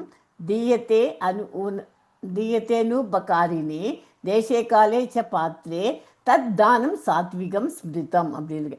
அதாவது தானம் செய்வது கடமைன்னு நினச்சிட்டு பிரதிபலனை எதிர்பார்க்காம செய்யணும். இப்போ பகவான்கிட்ட இப்போ நம்ம இது டொனேஷன் கொடுன்னு நான் சொல்கிறேன். அதனால் நீங்கள் ஒரு 500 ரூபா கொடுக்கணும்னு நினச்சிருந்தேன்னு வச்சுக்கோ. அது 500 ரூபா கொடுத்தா நமக்கு இது பண்ணுவாரா அப்படின்னு எதிரே பார்க்காதுங்க. நீங்கள் கொடுக்கணும்னு மனசுக்குள்ளே திருப்தியாக கிருஷ்ணனுக்கு கொடுங்க. அவருக்கு தெரியும் எப்பப்போ உங்களுக்கு எந்தெந்த சமயத்தில் வந்து சேரணுமோ அது கரெக்டாக வந்து சேர்ந்துடும். அதுக்கு உண்டான பலன் கிடைச்சிரும். ஓகே, அதனால் நம்ம இது கிடைக்கும் அப்படின்னு நினச்சி நம்ம வேண்டின்னு அப்படி பண்ணக்கூடாது. அந்த மாதிரி அதுக்கு தான் அந்த ஸ்லோகத்தை நம்ம இது பண்ணியிருக்கு. அதே மாதிரி நிறைய பேர் என்ன பண்ணுவோம், தானம் கொடுக்குறது நல்ல யாருக்கு டிசர்விங் பீப்புளுக்கு தான் கொடுக்கணும், எல்லாருக்கும் கொடுக்கக்கூடாது. அதை சில பேர் என்ன பண்ணுவாங்க, இதுங்கிறதுக்கு பின்ன சிகரெட் பிடிக்கிறதுக்கு, கஞ்சா அடிக்கிறதுக்கு, அதுக்கு இதுக்கெல்லாம் காசு போடணும்னு கேட்பா. அவள்கிட்டலாம் கொடுத்தேன்னா அது ரஜோகுணத்துக்கார தண்டமாயிடும் நமக்கு. அதனால் அந்த மாதிரி ஆளுகளுக்கெல்லாம் கொடுக்கக்கூடாது. இப்போ நம்ம டெம்பிள் கட்டுறதுக்கு தான் டெம்பிள் கட்டி இப்போ அதோட சேர்த்து ஒரு யூனிவர்சிட்டியும் கட்டின்னு வராங்க. அதுக்கு பகவானுக்கு அர்ச்சனை பண்ணுறதுக்கு, கோயிலுக்கு வேணுங்கிற பிரசாதம் பண்ணுறதுக்கு, சாமிக்கு பகவானுக்கு, அந்த இதுக்காக தான் நம்ம இப்போ கலெக்ஷன் பண்ணிட்டு இருக்கோம். ஓகே, அது உங்களால் முடிஞ்ச தானத்தை நம்ம பண்ணலாம். ஒரு பொருத்தம் இல்லாத காரணம் இல்லாமல் கொடுக்கறத விட இந்த மாதிரி உபயோகமாக கொடுக்கறதுங்கிறது இது. இதுக்கு ஒரு கதையும் ஒன்று இருக்குது, சின்ன கதை. ஒரு பண்ணையார் வந்து கோயிலில் வந்து 5 லட்சம் ரூபாய் நான் டொனேஷன் கொடுக்குறேன்னு கொடுக்குறாரு. அவர் அப்படியே ரொம்ப பெருமையாக கொடுத்துட்டுருக்கார். அவன் வீட்டில் வேலைக்காரன் இருக்கான். அவன் கையில் கால் நகாசு இல்லை, ரொம்ப கஷ்டப்பட்டு சேர்த்து ஏதோ வச்சுருக்கான். ஒரு 50,000 10,000 ஏதோ வச்சுருக்கான். அந்த பணத்தை எடுத்துட்டு அவன் வீடியும் எடுத்து விற்றான். ஒரு சின்ன குடிசை வீட்டில் தான் இருக்கான். அதையும் ஏதோ விற்றான், அதையும் சேர்த்து காசு கிடச்சிட்டு அதை கொண்டு போய் பகவான்கிட்ட கொடுத்தார். பகவான்கிட்ட கொடுத்த உடனே அந்த இதில் கோயிலுக்கு அந்த இதை கட்டி முடித்த உடனே கோயிலுக்கு அந்த திருப்பணி சேவை முடிஞ்ச உடனே கல்வெட்டில் நேமெல்லாம் எழுதுவா இல்லையா, அதில் எழுதுறது யாரோட பேர் முதல்ல வந்திருக்கும்னு நினைக்கிறேன் நீங்கள்லாம்? போர் ஃபெல்லோட தான் வந்திருக்கும். ஏன் அவன் கொஞ்சமாக கொடுத்தான், இருந்தாலும் அவன் மனசுக்குள்ள திருப்தியோட கொடுத்தான். அதுக்கு என்னம்மா உண்மையான அன்போட கொடுத்துருக்காங்க. உண்மையான அன்போடு ரொம்ப ஆசைப்பட்டு பகவானுக்கு கிருஷ்ணருக்கு கொடுக்கணும். ஏன்னா கிருஷ்ணர்கிட்ட காசு இல்லையா என்ன, அவர் அது நம்ம பிரியம்மா எவ்வளோ கொடுக்குறோம், அவர் நம்மள சோதனை பண்ணுறார், பரீட்சை பண்ணி பார்க்குறார். அந்த மாதிரி அது அவர் பணக்காரர் அந்த பண்ணையார் என்ன பண்ணார், அவர் வந்து 5 லட்சம் அவரு கையில் காசு இருக்குன்னு ரஜோகுணத்தில் தானம் கொடுத்து காமிக்கிறார். அந்த மாதிரி அது கொடுக்குறதுல அர்த்தம் இல்லை. கொடுக்கலாம், 5 லட்சம் இருந்து கொடுத்தாரு சார். எத்தனையோ பேர் கொடுக்குற 5 லட்சம் 10 லட்சமும் கொடுக்குறாரு நம்ம இதில் நம்ம டெம்பிளுக்கு. அப்படி கொடுக்குறதெல்லாம் அது சத்தம் இல்லாத கொடுக்கணும். அதாவது இடது கையில் கொடுக்குற, இந்த கையால் கொடுக்குறது இந்த கைக்கு தெரியக்கூடாது, அந்த மாதிரி கொடுக்கணும்னு சொல்லுவாள். அதுக்கு தான் பெரிய அமௌண்ட்லாம் நம்ம வந்து ஏதோ 500 1000 என்ன நம்மளால் முடிகிறதோ ஏதாவது ஒரு சேவையை எடுத்துகிட்டு கொடுக்கணும். ஓகே, அது வந்து பகவத்கீதையில் சொல்கிற பதில் என்ன சொல்லியிருக்கு பகவத்கீதையில், யஜ்ஞம் தானம் தபஸ், இது 3 ஆன்மீக வாழ்வில் நம்ம முன்னேறதுக்கு ஒரு ஸ்டெப், ஒரு படிக்கட்டு மாதிரி இதெல்லாம் வச்சுக்கணும். ஓகே, நம்ம என்ன படிக்கட்டுன்னாக்க என்ன அர்த்தம், இப்போ பக்தி யோகம் படிக்கிறோம். பக்தி யோகத்தில் படிக்கும்போது அந்த பக்தி யோகத்துக்கு என்ன முன்னேறதுக்கு வழி என்ன, அதுவும் தானமும் ஒரு இம்பார்ட்டண்ட் பாயிண்ட் அது. ஓகே, அதனால் இதை பண்ணுறதுக்கு இதுக்கு ஒரு மாதாஜி என்ன ஒரு கோஹோஸ்ட் பண்ணிடுறீங்களா? ஒரு ஸ்லைடு காமிக்கிறோம் மாதாஜி. ஹரே கிருஷ்ணா. தேங்க்யூ மாதாஜி. ஹரே கிருஷ்ண மாதாஜி. பண்ணிட்டு மாதாஜி. ஹரே கிருஷ்ணா. தேங்க்யூ.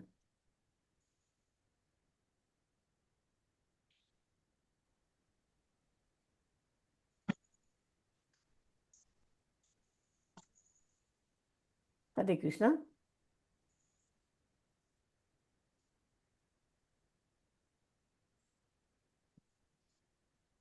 இது வந்து இஸ்கான் மங்களூர் குலையில் இருக்கிற நம்ம ராதா கோவிந்தா டெம்பிள் இருக்கிற டெய்டி. இது டெம்பிளோட ஓவரால் வியூ. இது கோஷாலான்னு ஒன்று இருக்குது வச்சுருக்கேன். அங்கே 2 மாடு ஒரு 2 கன்றுக்குட்டி இருக்குது. இப்போதைக்கு ஒரு காளை மாடு கூட இருக்குதுன்னு நினைக்கிறேன், நான் பார்க்குறச்சே அன்றைக்கி பார்த்த மாதிரி ஞாபகம் எனக்கு.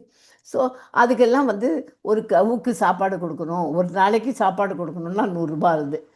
6 கவுக்கு கொடுக்கணுன்னாக்கா 500 ரூபா இருக்குது. அப்புறம் அதே மாதிரி டெய்லி ஃபீடு எல்லா கவுக்குமே அங்கே இருக்கிற கவுஸ் எல்லாத்துக்குமே கொடுக்கணுன்னா 1000 ரூபா இருக்குது.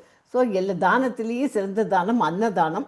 அடுத்தது 2வது வந்து பசுக்கு கொடுக்கறது அவ்வளோ விசேஷம். ஸோ இந்த தானத்தில் ஏதாவது ஒன்று எடுத்துக்கணும்னு உங்களுக்கு எல்லாம் நான் கேட்டுக்கிறேன். என்ன எது வேணுமோ எது சௌரியமோ எடுத்துக்கணும். இதெல்லாம் வந்து அந்த ஒரு மாதத்துக்கு 100 ரூபா அந்த மாதிரி தனியாக அனுப்பிச்சுருங்கோ. இல்லைன்னா நீங்கள் போகணுன்னா மந்த்லி சேவான்னு இருக்குது, மந்த்லி ஃபீட் அப்படிங்கிறது. அந்த மாதிரி ஒரு கவுக்கு இல்லை ஆமாம், ஒரே மாதத்துக்கு ஒரு கவுக்கு 3600 வருது. அப்படி எடுத்துக்கோங்க. இல்லை நிறையா கொடுக்கணும்னு உங்களுக்கு தோணுதுன்னா, ஏன்னா உங்களுக்கு எத்தனை பசுமாட்டுக்கு கொடுத்தா அவ்வளோக்கு அவ்வளோ நல்லது. நமக்கெல்லாம் ஒரு அம்மா தான் முதல்ல 10 மாதத்துக்கு தான் பால் கொடுத்துட்டு நமக்கு சாப்பாடு கொடுத்தா. இது நம்ம லைஃப் ஃபுல்லாகவும் நமக்கு அம்மாவாக இருந்துட்டு இது கொடுத்துட்டுருக்கு, பாலை கொடுத்துட்டுருக்கு. அதனால் பசுமாட்டுக்கு நம்ம தானம் பண்ணால் தப்பே இல்லை. அதனால் இதில் ஏதாவது ஒன்று எடுத்துக்கிறதுக்கு உங்களுக்கெல்லாம் நான் அட்வைஸ் பண்ணுறேன். அன்னதான சேவை, இப்போ எல்லாரும் ஆளுக்கு கொஞ்சம் கொஞ்சம் ஒரு சாதம் அரிசி வாங்குறது, இல்லைன்னா ஒரு பருப்பு வாங்குறது, எதுக்காவது ஒன்றுத்துக்கு காசு கொடுத்தாலும் எல்லாத்தையும் சேர்த்து வச்சு அங்கே பிரசாதம் பகவானுக்கு படைக்க முடியும் இல்லையா? அந்த மாதிரி பண்ணுறதுக்கு நம்மளால் ஆன காணிக்கையை 500லேருந்து 20,000 ரூபா வரைக்கும் கொடுக்கலாம் அன்னதானம் கொடுக்கறதுக்கு. அதுக்கு இல்லை உங்களுக்கு மாதம் 500 ரூபா கொடுக்குறோம், மத்திய சுதாமா சேவை மாதம் கொடுக்கலாம், மத்சிய அதுக்கு 500 ரூபா கொடுத்தா போகிறோம். 1000 ரூபா மாதம் கொடுக்கணும். 12 மாதம் கொடுக்குறேன்னு அப்படி வேண்டிக்கோங்க. வேண்டிக்கிறது ஜஸ்ட்டு நம்ம டொனேஷன் அப்படி கொடுக்கலாம். எல்லாமே இதெல்லாம் சுதாமா சேவை தான் அதெல்லாம். ஓகே, பலராம சுதாமா சேவா, கிருஷ்ண சேவா எல்லாம் விதவிதமாக இருக்குது. நீங்கள் அதை பார்த்துக்குங்க. உங்களுக்கு எதாவது புரியலன்னா என்னை கேளுங்க, இல்லைன்னா உங்கள் கிளாஸ் டீச்சர் இருக்காங்க இல்லையா, வடிபெருசி மாதாஜி, அவங்கள்ட்ட கேட்டுக்கோங்க. இல்லைன்னாக்கா உங்கள் அட்மின் யார் இருக்காங்களோ அவங்கள்ட்ட சொல்லுங்க. இது வந்து அவங்க project by ISKCON Bhagavad Gita residential college, அங்கேயே தங்கி படிக்கலாம் பகவத்கீதை டீட்டெயில்டு. அது ஃபாரினர்ஸ்லாம் வந்து தங்கி நிறைய படித்து நம்மளோட கல்ச்சரை சொல்லித்தரத்துக்கு ரொம்ப ஆசைப்பட்டுன்னு இந்த பில்டிங்கை கட்டணும்னு ஏற்பாடு பண்ணியிருக்கார். அதுக்கு அவள் தங்குறதுக்கு இடமும் இருக்கணும் இல்லையா, ஹாஸ்டல் மாதிரி அதுவும் பண்ணணும்னு பண்ணியிருக்கார். அப்புறம் புஸ்தகங்கள்லாம் வாங்கி நிறைய டிஸ்ட்ரிபியூஷன் கொடுக்கலாம், நீங்கள் அதுவும் பண்ணுங்க. என்ன முடியுமோ ஏதாவது ஒரு சேவா எடுத்துட்டு எல்லாருமே பண்ண வேண்டியது. L2 வந்தாச்சு நம்ம. இதெல்லாம் எதுக்கு சொல்கிறேன்னா, இதெல்லாம் பண்ண நமக்கு பகவான் கிட்டக்க நம்ம நெருங்கி வரோம். கிருஷ்ணர் நம்ம கிட்டக்க நெருங்கி வருவார். அதாவது அவர் கிருஷ்ணர் நெருங்கி வருவார், சரி நாளைக்கு ஒரு 500 ரூபா கொடுத்துடலாம், இன்றைக்கே அனுப்பிச்சிடலாம் இப்போவே அப்படின்னு அப்படி பண்ணக்கூடாது. கிருஷ்ணர் நம்மகிட்ட வந்துருப்பார். அது இதெல்லாம் பக்தி யோகத்தில் நமக்கு வருது அப்படிங்கிறது தெரிஞ்சுக்கணும் நமக்கு. ஓகே, அதனால் எந்த விதம் இருந்தாலும் every contribution no matter the size will bring us closer to our goal. அதனால் நம்ம ஆன்மீகத்தில் நம்ம முன்னேறதுக்கு அதெல்லாம் வழி. 5 ரூபாயாக இருந்தாலும் சரி, 10 ரூபாயாக இருந்தாலும் சரி. நம்மளாம் மெட்ராஸில் சென்னையிலலாம் என்ன பண்ணுறோம், கோயிலுக்கு போனோம்னாக்க 1 ரூபா காயின் எடுத்து போடுவோம். ஏன்னா 1 ரூபாயா போடுவா சாமிக்கு? இல்லை, நான் வந்திருக்கேன்னு ஒரு டோக்கன், பகவானுக்கு நான் வந்துட்டு போகிறேன், அதுக்கு தானே அந்த 1 ரூபாயை போடுறோம். அந்த மாதிரி நம்மளால் ஆனது ஏதாவது ஒரு லிங்க் இது எடுத்துக்கோங்க, ஒரு சேவை பண்ணுங்க. ஓகேயா? ஹரே கிருஷ்ணா பிரபுஜீஸ் மாதாஜீஸ். ஹரே கிருஷ்ணா. நான் ஹரே கிருஷ்ணா வந்து மாதாஜி. ஹரே கிருஷ்ணா. நான் உங்களுக்கு இதில் என்ன சொல்லணும்னு வந்திருக்கேன்னா, முக்கியமாக இது வந்து NND பிரபுஜியோட நம்பர் உங்களுக்கு எழுதியிருக்கேன் சாட் பாக்ஸில். பார்த்தீங்களா எல்லாரும்? பார்த்துக்கோங்க. இருக்கு மாதாஜி. அதை பாருங்க. இல்லைன்னாக்கா மறுபடியும் அதை கேட்டு இன்னும் கொஞ்சம் 100 வாட்டி போடுங்க. அது அவரோட பிரபுஜிக்கு இந்த மாதிரி இந்த சேவைலாம் எடுத்து ஸ்கேன்லாம் பண்ண எனக்கு தெரியாது அப்படின்னா ஜிபே பண்ணிவிடுங்க பேசாமல். ஓகேயா? இல்லை பணத்தை மணி ஆர்டர் பண்ணாலும் ஓகே. NND பிரபுஜியோட நம்பருக்கு பிரசிடெண்ட்டோட நம்பர் கொடுத்துருக்கேன் அவருக்கு. அப்புறம் அவங்க கிளாஸ் வந்து இந்த மாதாஜி எடுக்கிறாங்க எங்களுக்கு, இவங்க இப்படி இருக்காங்க, அவங்கள பற்றி உங்களுக்கு யாரையாவது பற்றி தமிழ் டிபார்ட்மெண்ட்டில் என்ன சொல்லணுமோ என்ன வேணாலும் நீங்கள் அவருக்கு க்ளீனாக ஒரு லெட்டர் எழுதி அனுப்பிச்சிடுங்க. எனக்கு தமிழ் தான் தெரியும், வேறு தெரியாதுன்னா தமிழில் எழுதுங்கோ, கூகுளில் போங்கோ, அதை டிரான்ஸ்லேட் பண்ணிக்கோங்க, இல்லைன்னா யாத்தையா கொடுத்து இங்கிலீஷில் மாற்றி அனுப்புங்க. அவர் இங்கிலீஷில் தான் பதில் எழுதுவார். அதை எழுதிட்டான்னா அதை வந்து நீங்கள் தமிழில் டிரான்ஸ்லேட் பண்ணி படிச்சுக்கணும். ஸோ கம்யூனிகேஷன் ஈஸியாக போயிடும். ஓகே, அதனால் அவரோட நம்ம கான்டாக்ட் வச்சுக்க முடியும். பிரசிடென்ட்னா அவர் என்னமோ பெரிய இதுன்னு நினச்சிட்டு இதுன்னு இருக்க வேண்டாம். அவர் எல்லாம் டவுன் டு எர்த், நம்மளோடலாம் அவ்வளோ நல்லா பேசிட்டு இருப்பார். ஓகே, எல்லாரும் பேசுறதுக்கு வாய்ப்பு இருக்குது. அதனால் பணத்தை முடிஞ்சதுன்னா அவர் மூலிமா அப்படி டைரெக்டாக அவர் நம்பருக்கு அனுப்பிச்சிருங்க. Hare Krishna Prabhujis Mataji. Thank you so much Mataji, Vadivu Mataji. Thank you so much Mataji. Hare Krishna Mataji. எல்லாரும் நம்ம ஒரு தடவை மாதாஜிக்காக ஹரே கிருஷ்ணா சொல்லிடலாம். Thank you so much Mataji. Hare Hare Krishna Krishna Hare Hare Krishna Krishna Krishna Krishna Krishna Hare Hare Hare Hare Hare Rama Rama Hare Hare Rama Rama Rama Rama Rama Rama Hare Hare Hare Hare. எல்லாம் கொடுத்து வச்சவங்க இவங்க கிளாஸில் உட்காந்துருக்கிறதுக்கு. மாதாஜி நான் கிடைக்கிறச்சு டைம் கிடைக்கும் போது உங்கள் கிளாஸ் அப்பப்போ அட்டன் பண்ணுவேன். எனக்கு ரொம்ப பிடிச்சது. பாக்கியம் Mataji. Hare Krishna Mataji. Hare thank you so Krishna. Much Mataji. Mataji all நல்ல க்ளோரி கிளாஸ் டு எடுப்பாங்க மாதாஜி. ரொம்ப என்னம்மா? பிடிக்கும் எங்களுக்கு. நல்ல கிளாஸ் எடுப்பாங்க. பொறுமையா ஸ்லோகா சொல்லி கொடுப்பாங்க. கிளாஸ் நல்லா பொறுமையா சொல்லி கொடுப்பாங்க. எங்களுக்கு ரொம்ப பிடிக்கும் மாதாஜிய. இல்லை ரொம்பவே எனக்கு நான் கேள்விப்பட்டிருக்கேன். நான் இன்னைக்கு உட்காந்து கேட்கணும் தான் 2 ஸ்லோகமானு கேட்போம்னு. சாரி மாதாஜி, உங்க டைத்தை வேஸ்ட் எடுத்துருக்கேன். Carry on Mataji. Mataji. Hare Krishna Mataji. Hare all Krishna glories Mataji. To guru and Gauranga. Hare Krishna Mataji. Hare நன்றி கிருஷ்ணா மாதாஜி. மாதாஜி. ஹரே நீங்க கிருஷ்ண நீங்க மாதாஜி. கண்டினியூ பண்ணுங்க. நீங்க வந்து ஓகே கொஞ்சம் மாதாஜி. எல்லாத்தையும் சொல்லி இது கொடுக்க சொல்லிடுங்க. கொஞ்சம் கண்டிப்பா எவ்வளவு மாதாஜி. பண்ண ஆல்ரெடி முடியும். நம்ம இதுல சேவை பண்ணிருக்காங்க மாதாஜி. லாஸ்ட் ஆமா. வீக் தான் போட்டிருக்காங்க 2 பக்தர்கள். ஓஹோ, இப்ப நம்ம வந்து இது பண்ணிக்கலாம் மாதாஜி. சரிம்மா. இப்ப யாருக்காவது இன்ட்ரெஸ்ட்னா அவங்க பண்ணுவாங்க மாதாஜி. ஹரே ஓகேம்மா Krishna. Mataji. Hare Krishnamma. Hare Krishna Mataji. Thank you so much தேங்க்யூம்மா. மாதாஜி. கிருஷ்ணா. ஹரே கிருஷ்ண மாதாஜி.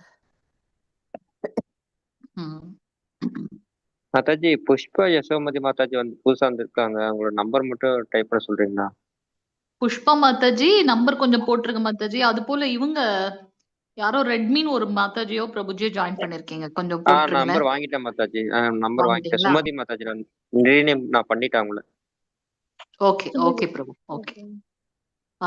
இன்னொரு மாதாஜி யாரோ இது பண்றீங்க, அதை படிக்கங்க. இன்னொன்னு வந்து பிரபு, நான் அந்த இது எல்லாருடைய டீடைல்ஸும் பேசிக் இன்ஃபர்மேஷன் கேட்டிருக்காங்க இல்லையா, அது கொஞ்சம் ஷேர் பண்ணணும்.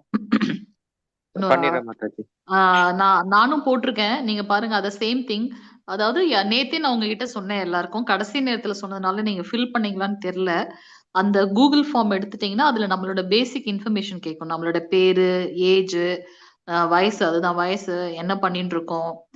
சப்போஸ் சிலர் வந்து ரிட்டையர் ஆயிட்டாங்க, கவர்மெண்ட் ஜாப்ல இருந்து ரிட்டையர் ஆனாங்க, இல்ல வேற எதனா பிசினஸ் பண்றாங்கன்னா என்ன, இல்ல வந்து என்னென்ன சேவா அவங்களுக்கு தெரியும், அந்த மாதிரி பேசிக் இன்ஃபர்மேஷன். இது எதுக்கு அப்படின்னாக்கா, நம்மளுடைய பக்தர்கள் இப்படி எல்லாம் இருக்காங்க. ஏன்னா நம்ம 59வது பேட்ச் வந்துட்டோம். நம்ம சொன்னது மாதிரி கிட்டத்தட்ட 12, 13 லாங்குவேஜ்ல இது நடந்துட்டு இருக்கு. எல்லார்கிட்டயும் அந்த டேட்டா பேஸ் இருக்கு. நம்ம நடத்திட்டே இருக்கோம். ஆனா எத்தனை பேர் வராங்க, எத்தனை பேர் நம்ம வச்சிருக்கோம், பக்தர்களை வந்து இன்னும் நிறைய ஸ்ட்ரென்த் பண்ணணும். நீங்க போய் நிறைய பேருக்கு பிரச்சாரம் பண்ணணும். சோ அதுக்கு ஒரு டேட்டா வேணும் இல்லையா, அதுக்காக தான். சரிங்களா? சோ அதனால எல்லாரும் அந்த திருப்பி நம்ம குரூப்லயும் போடுவாங்க அந்த லிங்க். நீங்க இன்ஃபர்மேஷன் கொஞ்சம் ஃபில் பண்ணீங்கன்னா நல்லா இருக்கும். ஹரே கிருஷ்ணா. ஓகே. 3வது ஸ்லோகம் பாத்துட்டோமா இல்லையா? பாத்துட்டேங்க மாதாஜி. இல்ல. யாரு வாசிக்கிறீங்க? வாசிங்க. பிரபு வாசிச்சாங்க, மாதாஜி வாசிச்சாங்க. இன்னொருத்தவங்க யாராவது வாசிங்க 3வது ஸ்லோகம். நம்ம இன்னைக்கு கொஞ்சம் லேட்டா இருக்கும். 17 பதங்கள் நம்ம முடிக்கணும் இன்னைக்கு.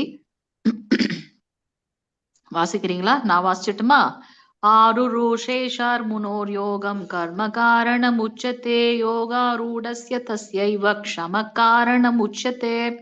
இங்க வந்து சொல்றாங்க, அஷ்டாங்க யோக முறையின் புது மாணவனுக்கு செயலே வழியாக கூறப்படுகின்றது. ஆனால் யோகத்தில் முன்னேறியவனுக்கு ஜட செயல்களை துரத்தலே வழியாக கூறப்படுகின்றது. இத வந்து 2 நிலைகள்ல நம்ம பாக்குறோம் இந்த அஷ்டாங்க யோக முறையில. அதுல வந்து பாத்தீங்கன்னா, முதல்ல வந்து அந்த யம, நியம, ஆசனம் அதெல்லாம் நம்ம பண்றோம். தாரணை, அதுக்கப்புறம் பிராணயாமா. சோ இந்த மாதிரி அங்க வந்து நம்ம செயல்களை செய்ய வேண்டியதாக இருக்கு. என்னது, அந்த அக தூய்மை, புற தூய்மை எல்லாம் பண்ணணும். சரியான ஒரு இடத்தை தேர்ந்தெடுக்கணும். அதுக்கப்புறம் ஸ்திரமா அமர்ந்து அதுல வந்து பிராணயாமம் பண்ணணும். பண்ணும்போது நம்மளுடைய மனசு வந்து அந்த மூச்சு உள்வாங்கி வெளியிடுது இல்லையா, அந்த செயல்லயே போக்கஸ்டா இருக்கணும். சோ இந்த மாதிரி சிலது வந்து செயல்களை செய்யறதா இருக்கு. அடுத்த கடைசியாக இருக்கக்கூடிய அந்த 3 நிலை இருக்கு இல்லையா, அது வந்து யோகத்தில் முன்னேறியவனுக்கு ஜட செயல்களை துரத்தலே வழியாக கூறப்படுகின்றது. யோசிச்சு பாருங்க, புலன்களை கட்டுப்படுத்தணும் அப்படின்னாக்கா மனசை வந்து ஒருநிலைப்படுத்தணும். அப்படி நம்ம ஒருநிலைப்படுத்தி இருக்கும்போது தாரணை, தியானம், சமாதி அப்படி ஒருமித்து இருக்கும்போது அது வந்து முன்னேறிய நிலையாக கருதப்படுகின்றது அப்படின்றத நம்ம இங்க பாக்குறோம். ஓகே. 4வது பதம். யதா ஹினேந்திரியேர்த்தேஷு ந கர்மஸ்வனுஷஜ்ஜதே சர்வ சங்கல்ப சந்நியாசி யோகாரூடஸ்ததோச்யதே. எப்போது ஒருவன் புலனோக்கு செயல்களிலும் புலன் நுகர்ச்சியிலும் ஈடுபடாமல் பௌதீக ஆசைகளை துறந்த நிலையில் உள்ளானோ அப்போது அவன் யோகத்தில் உயர்ந்தவனாக கூறப்படுகின்றான். நம்ம ஏற்கனவே பார்த்திருக்கோம். அந்த செயலற்ற யோகியும் என்னதான் வந்து சேர்றாரு. யாரு? இப்ப நம்ம பாக்குறோம் இல்லையா, அஷ்டாங்க யோகின்னு பாக்குறோம். அந்த யோகியும் என்கிட்டதான் வராரு, பக்தனும் என்கிட்டதான் வராங்க. அவங்க 2 பேரும் வரக்கூடிய வழிமுறை வேணா, அந்த வழி வேணா வேறு விதமாக இருக்கலாம். ஆனா யார் வந்து உயர்ந்த நிலையில வராங்க, ரொம்ப ஸ்மார்ட்டா இருக்காங்க அப்படின்னாக்கா இந்த பக்தர்கள் அப்படின்றத அவர் சொல்றாரு. ஏன்னா இந்த கலியுகத்துல மனதை கட்டுப்படுத்தி இப்ப நம்ம பார்க்க போறோம் அந்த நிலையெல்லாம். அதெல்லாம் சாத்தியமா அப்படின் போது அது ஒரு பெரிய கேள்விக்குறியாகவே இருக்கு.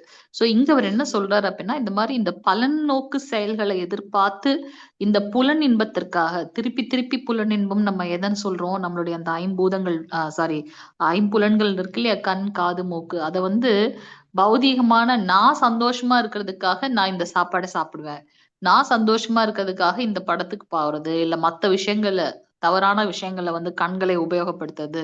அப்போ அதனுடைய பலன் என்ன ஆகின்றது? அது எதையோ நம்மள வந்து வேற பௌதீகமான விஷயத்துல வந்து பந்தப்படுத்துது. நம்ம ஏற்கனவே ஒரு எக்ஸாம்பிள் பார்த்தோம் இல்லையா? ஒரு தடவை சிறைச்சாலையில போய் நாம அங்க இருக்கவங்களுக்கு வந்து பகவத்கீதை கிளாஸ் எடுத்து அவங்களுக்கு புத்தகம் பிரபுபாதருடைய புத்தகத்தை கொடுக்கும்போது அவங்களுடைய மனோபாவம் எப்படி இருந்தது அப்படின்னு பார்த்தோம். ஏன் அப்படின்னா அந்த நாக்கு இல்லையா, அவர் வந்து அந்த அந்த மதுக்கு அடிமையாகி அவர் என்ன பண்றார், அதனால ஒரு ஒரு பக்தர் அவங்களுடைய பக்தர்ன்னு சொல்றேன், பக்தர்களோட சங்கம், அவங்களுடைய நண்பர்கள் சகாக்கள் அவங்க எல்லாம் அதே பௌதீகமான விஷயம். அங்க அங்க என்ன புலன் பிரத்யேகமாக இருக்கு, அந்த நாக்கு. அது குடிக்கல அப்படின்னா அவங்களாவே இருக்கிறது இல்ல. அப்போ அந்த அவர் வந்து அந்த புலனுகர்ச்சி அங்க என்னவாக இருக்கு, நாக்க திருப்திப்படுத்துறதுக்காக அவர் போறார்.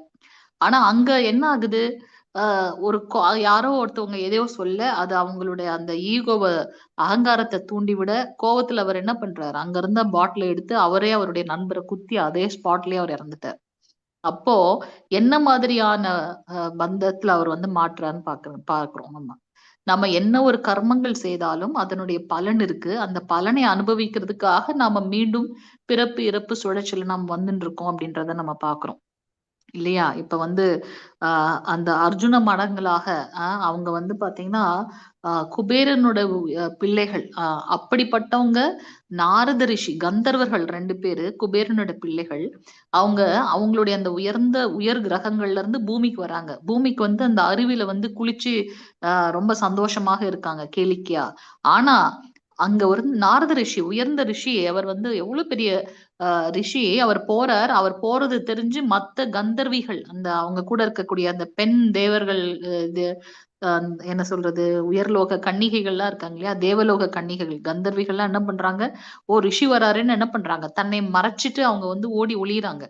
ஆனா இவங்க 2 பேரும் அந்த கர்வத்துல, குபேரனுடைய மகன்ன்ற அந்த கர்வம், ஆடையே இல்லாம அந்த தண்ணியில வந்து ரொம்ப குளிச்சுட்டு சந்தோஷமா இருக்கிறாங்க. ரிஷி வராருன்னு தெரிஞ்சுமே. அதனோட பலன் என்ன ஆகுது அப்படின்னாக்கா, நாரத ரிஷி என்ன பண்றாரு, அவங்களுக்கு சாபம் கொடுக்கிறாரு. என்னன்னு கொடுக்கிறாரு, ஆடையே இல்லாம எது இருக்கு, மரம். சோ நீ மரமா போ அப்படின்னு சாபம் கொடுக்கிறாரு. ஆனா அவங்களும் தெரிந்தும் தெரியாமலும் பகவானுக்கு பக்தி தொண்டு பண்ணிருக்காங்க. உயர் கிரக வாசிகள் அவங்க. குபேரனுடைய மகனும் கூட. அதனால என்ன ஆகுது அப்படின்னாக்கா, அந்த பக்தியோட இதனால என்ன ஆகுது அப்படின்னாக்கா, அவங்க என்ன பண்றாங்க, பகவான் ஸ்ரீ கிருஷ்ணருடைய ஸ்பரிசத்தினால நீங்க வந்து விமோசனம் அடைவீங்க அப்படின்னு சொல்லி அவர் என்ன பண்றார், அந்த பலனையும் அவருக்கு கொடுக்கிறார். அங்க அந்த வைஷ்ணவருடைய அதீதமான தன்மை, எல்லாரும் அவர் துக்கி எல்லாரும் வந்து நல்லா இருக்கணும்னு தான் அவங்க நினைப்பாங்க. சோ அவங்க கொடுக்கக்கூடிய சாபமும் கூட நமக்கு வந்து ஒரு பெரிய வரம் அப்படின்னு பாக்குறோம். இல்லைன்னா பகவானுடைய ஸ்பரிசம் கிடைக்கக்கூடிய அளவுக்கு அவங்க எவ்வளவு பெரிய உயர்ந்த நிலையில இருக்காங்க. கம்சனை சொல்றோம், சிசுபாலனை சொல்றோம், அந்த காலகட்டத்துல அவருடைய ஸ்பரிசம் படும்போது அவங்க எவ்வளவு பெரிய உயர்ந்த நிலையில இருக்காங்க, அவங்க அசுரர்களாகவே இருந்தாலுமே கூட.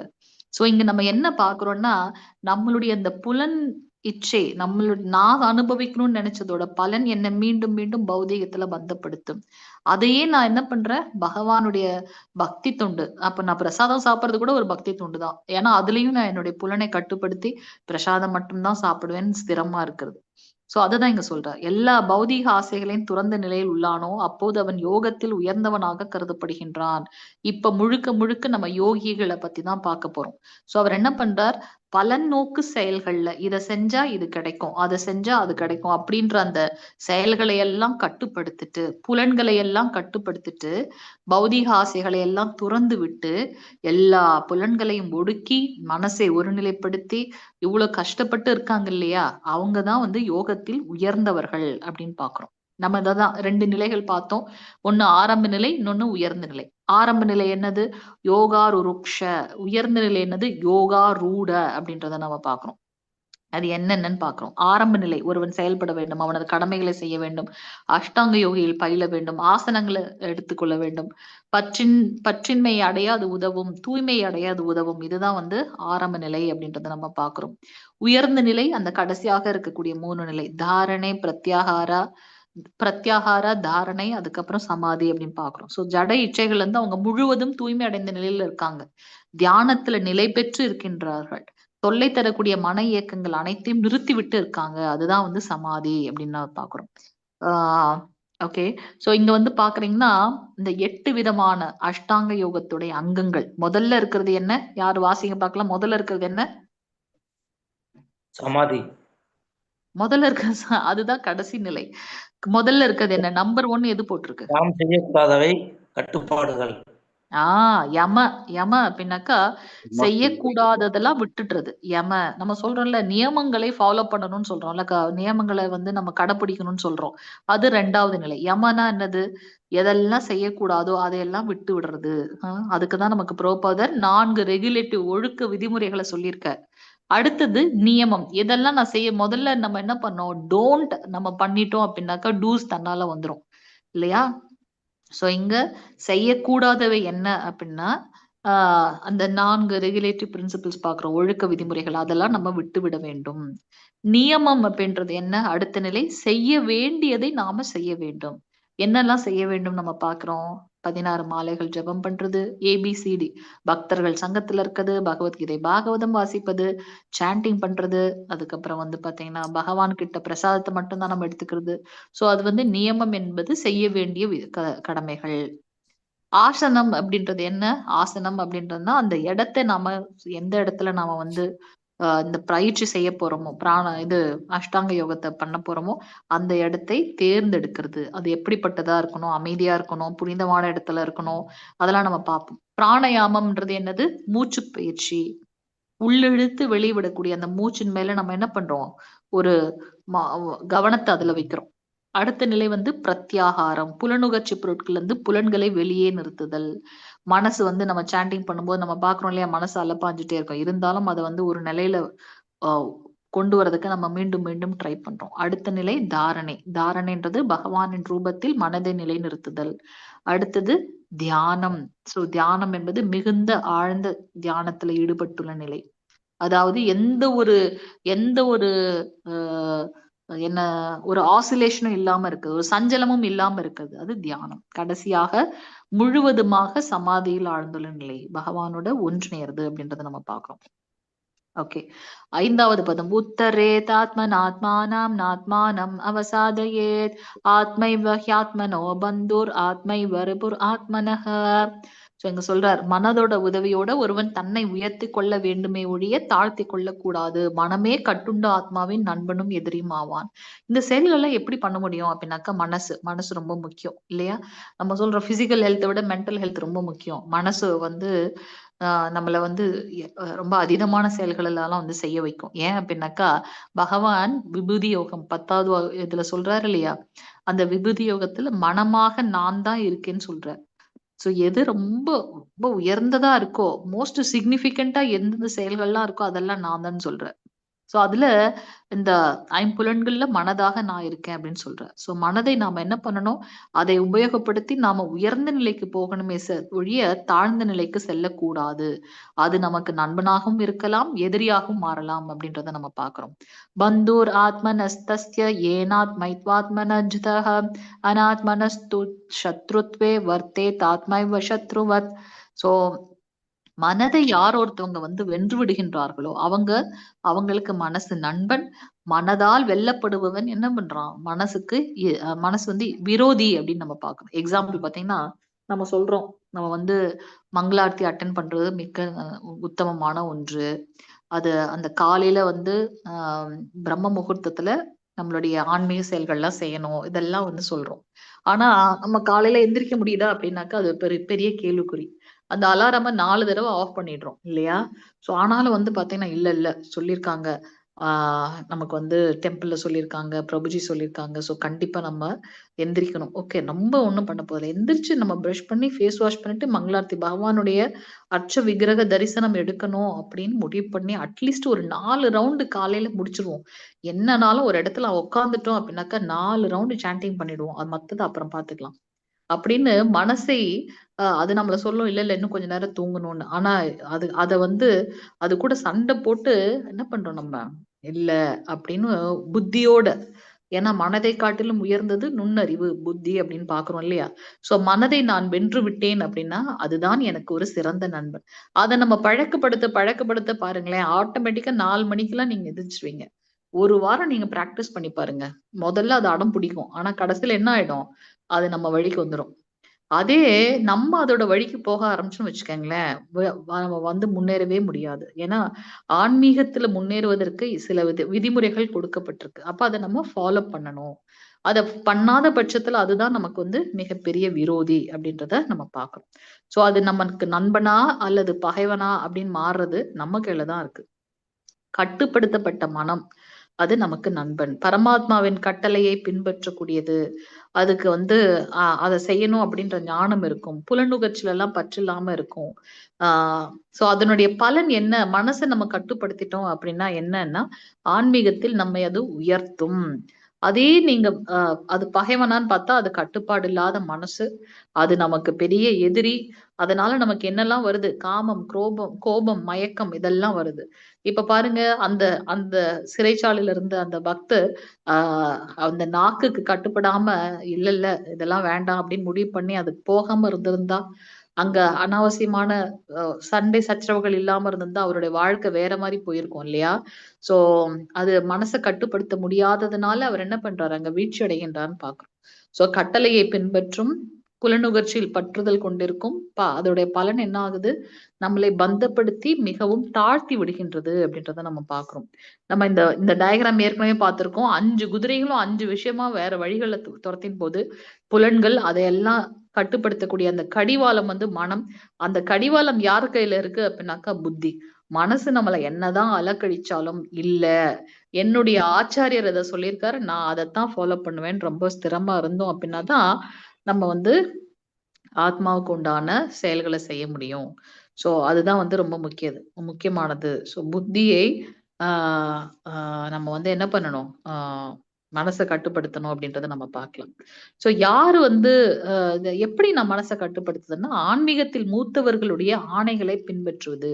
அதுக்குதான் நம்ம சொல்றோம் பக்தர்கள் சங்கம். இந்த கலியுகத்துல மிக உயர்ந்த தவம் எது அப்படின்னா, பக்தர்களோட சங்கத்துல இருப்பதுதான் மிகப்பெரிய தவம் அப்படின்னு பாக்குறோம். சோ ஆன்மீகத்துல யாரு மூத்த பக்தர்கள் இருக்காங்களோ அவங்களுடைய ஆணைகளை பின்பற்றுவது, அதுக்குதான் ஆச்சாரியர்களை பின்பற்றுறது அப்படின்னு பார்க்கணும். சமாதி நிலையில் உள்ளவர்களுடைய அறிகுறிகள் என்னன்னு சொல்லப்பட்டிருக்கு. சோ இதோட நம்மளுடைய இன்னைக்கு கிளாஸ் முடிச்சுக்கலாம். நாளைக்கு 7வதுல இருந்து மத்ததை நம்ம வேகமா பார்த்துட்டு போயிடலாம். சரிங்களா? வாஞ்சகல்பதருப்யஸ்ய கிருபா சிந்துபேவ ச பதிதானாம் பாவனேப்யோ வைஷ்ணவேப்யோ நமோ நமः. अनंत कोटि वैष्णव वृंद की जय. नामाचार्य शील हरिदास ठाकुर की जय. जगत गुरु शील प्रभुपाद की जय. நித்திய கௌர பிரேமநந்தே. ஹரி ஹரி போல். இன்னைக்கு நிறைய பேர் வந்து மாதாஜி வந்து காலிங் சேவை பண்ணதுனால நிறைய பேர் வந்திருக்கீங்க. அனைத்து பக்தர்களுக்கும் பணிவான நமஸ்காரம். அது போல யாரெல்லாம் உங்களுடைய பேரை வந்து ரீநேம் பண்ணிருக்கீங்க, தமிழ்னு முன்னாடி போட்டிருக்கீங்க, ஏன் அப்படின்னா காலையில மங்களார்த்தி அட்டன் பண்ணும்போது இன்னைக்கு வந்து 900 பேர் அட்டன் பண்ணாங்க மங்களார்த்தி. அதுல வந்து நம்மளுடைய தமிழ்ல எத்தனை பேர் இருக்காங்க, ஏன்னா எல்லா லாங்குவேஜும் போடுறாங்க, மலையாளத்துல எத்தனை பேரு, ஹிந்தில எத்தனை பேரு அப்படின்னு. அதுல தமிழ்ல பாத்தீங்கன்னா இன்னைக்கு 27 பேரோ என்னவோ தான் போட்டிருந்தாங்க. ஏன் அப்படின்னா நிறைய பேர் ஜாயின் பண்றாங்க, பேர் அங்க மாத்துறதே கிடையாது. அதனால நீங்க வரீங்க எனக்கு தெரியுது பிரபு, ஆனா நீங்க அங்க பேர் வந்து தமிழ் போடுறதுனால உங்களோட இது தெரிய மாட்டேங்குது, உங்களுக்கு கவுண்ட் வர மாட்டேங்குது. அதனால நீங்க அங்க போடணும். அது டெம்பிள்ல வந்து இது பண்றாங்க இல்லையா, இன்சிஸ்ட் பண்றாங்க, கணக்கு பாக்குறாங்க. அது போல பார்த்தேன், படிச்சாங்க யாராவது நீங்க சொன்னாங்க, யாராவது இத்தனை ரீட் பண்ணாங்க ஆக்சுவலி. தினமும் அதை ரீட் பண்றாங்க பிரபு. முதல் நாள் இதை வந்து ரீட் பண்றாங்க. முதல் நாள்ல இத்தனை பேரு, இந்த லாங்குவேஜ் போடாதவங்க இத்தனை பேரு, 164 பேரோ என்னவோ சொன்னாங்க. அதுல கண்டிப்பா நம்ம மக்கள் இருப்பாங்க, பக்தர்கள் இருப்பாங்க. அதை பிராக்டிஸ் பண்றதுக்காக தான் நம்ம வந்து இதை கொண்டு வரோம். புஷ்ப Mataji, Hare Krishna. Pushpa Mataji, Hare Krishna Mataji. Very Hare nice. Krishna Mataji. Oh 10 மணி ஆச்சு, நீங்க வந்திருக்கீங்களா கிளாஸ்க்கு? ஹரே கிருஷ்ணா. ஹரே கிருஷ்ணா மாதாஜி. Tamil Fast லாங்குவேஜோட track. பீஷ்ம பிதாமகர் வந்து புஷ்ப மாதாஜி. ஹரே கிருஷ்ணா. உங்களுடைய தரிசனம் காட்டுங்க எங்களுக்கு. ஹரே கிருஷ்ணா. ஹரே கிருஷ்ணா மாதாஜி. ஃபாஸ்ட் ட்ராக் எனக்கு சீக்கிரம் முடிஞ்சிருச்சு மாதாஜி. ஓஹோ, அதனால வர முடிஞ்சது மாதாஜி. ஹரே கிருஷ்ணா. எத்தனை மணி ரொம்ப வரைக்கும் உங்களுக்கு ஃபாஸ்ட் ட்ராக் கிளாஸ்? 9:30 வரைக்கும் இருக்கும் மாதாஜி. சில நாள் 10 கூட ஆகும். 8ல இருந்து 9 வரைக்குமா? ஆமா மாதாஜி. ஹரே ஓ கிருஷ்ணா. ஓ, ஹரே கிருஷ்ணா. மாதாஜிக்கு வந்து 82 வயசு ஆகுது. இந்த வயசுலயும் வந்து நீங்க பாத்தீங்கன்னா சொல்லாதீங்க மாதாஜி. காலையில மாதாஜி வீடியோல வாங்க. வீடியோல வாங்க, நாங்க எல்லாரும் உங்களை பாக்கணும். ஹரே கிருஷ்ணா. நான் கடைசி நாள் வர்றேன் மாதாஜி. ஹரே கிருஷ்ணா. கடைசி நாள் வரீங்களா? ஓகே. அப்ப நாங்க காத்துட்டு இருக்கோம். சோ மாதாஜி வந்து பாத்தீங்கன்னா காலையில மங்களாரத்தில ஆரம்பிச்சு நைட்டு பாருங்க 8 to 9 வரைக்கும் கிளாஸ் அது வரைக்கும் இருக்காங்க. யோசிச்சு பாருங்க இதெல்லாம் எப்படி எப்படி சாத்தியம். அவங்க ரிட்டையர்டு ஹெட்மிஸ் அவங்க. ரொம்ப அழகா பாட்டு பாடுவாங்க. இந்த குரூப்லயே தானே கேட்டாங்க ஒரு பிரபு எனக்கு வந்து அந்த மாதாஜி எப்போ வருவாங்க, அவங்களோட பாட்டு கேட்கணும் அப்படின்னு. அவர் கேட்காம தூக்கம் வரல அப்படின்னாரு ஒரு போன தடவை ஒரு தடவை பிரபுஜி. சோ அவங்க வந்து ரெகுலரா எனக்கு வந்து அவங்கதான் வந்து அட்மின் கோஹோஸ்ட். நான் இல்லாத சமயத்துல அவங்கதான் எனக்கு ஹெல்ப் பண்ணாங்க. ஒரு வருஷத்துக்கு முன்னாடி இங்க முத குவஹாட்டி வந்திருக்கும் போது கனெக்டிவிட்டி ப்ராப்ளம் எல்லாமே எனக்கு வந்து அவங்கதான் full and full support. Pushpa Mataji அவங்களை பார்த்ததுல ரொம்ப சந்தோஷம் மாதாஜி. ஹரே கிருஷ்ண மாதாஜி. பிரபு சொன்ன உடனே நான் நினைச்சேன் எங்களுக்கு இன்னொரு புஷ்பா மாதாஜி இருக்காங்க. நான் நினைச்சேன் அவங்கதான் திருப்பி வந்துட்டாங்க போல, கால் பண்ணதுனால எல்லாரும் வந்திருக்காங்க. ஹரி ஹரி போல் எல்லாம். வர்றதுக்கு முந்தையே வந்துட்டேன் மாதாஜி.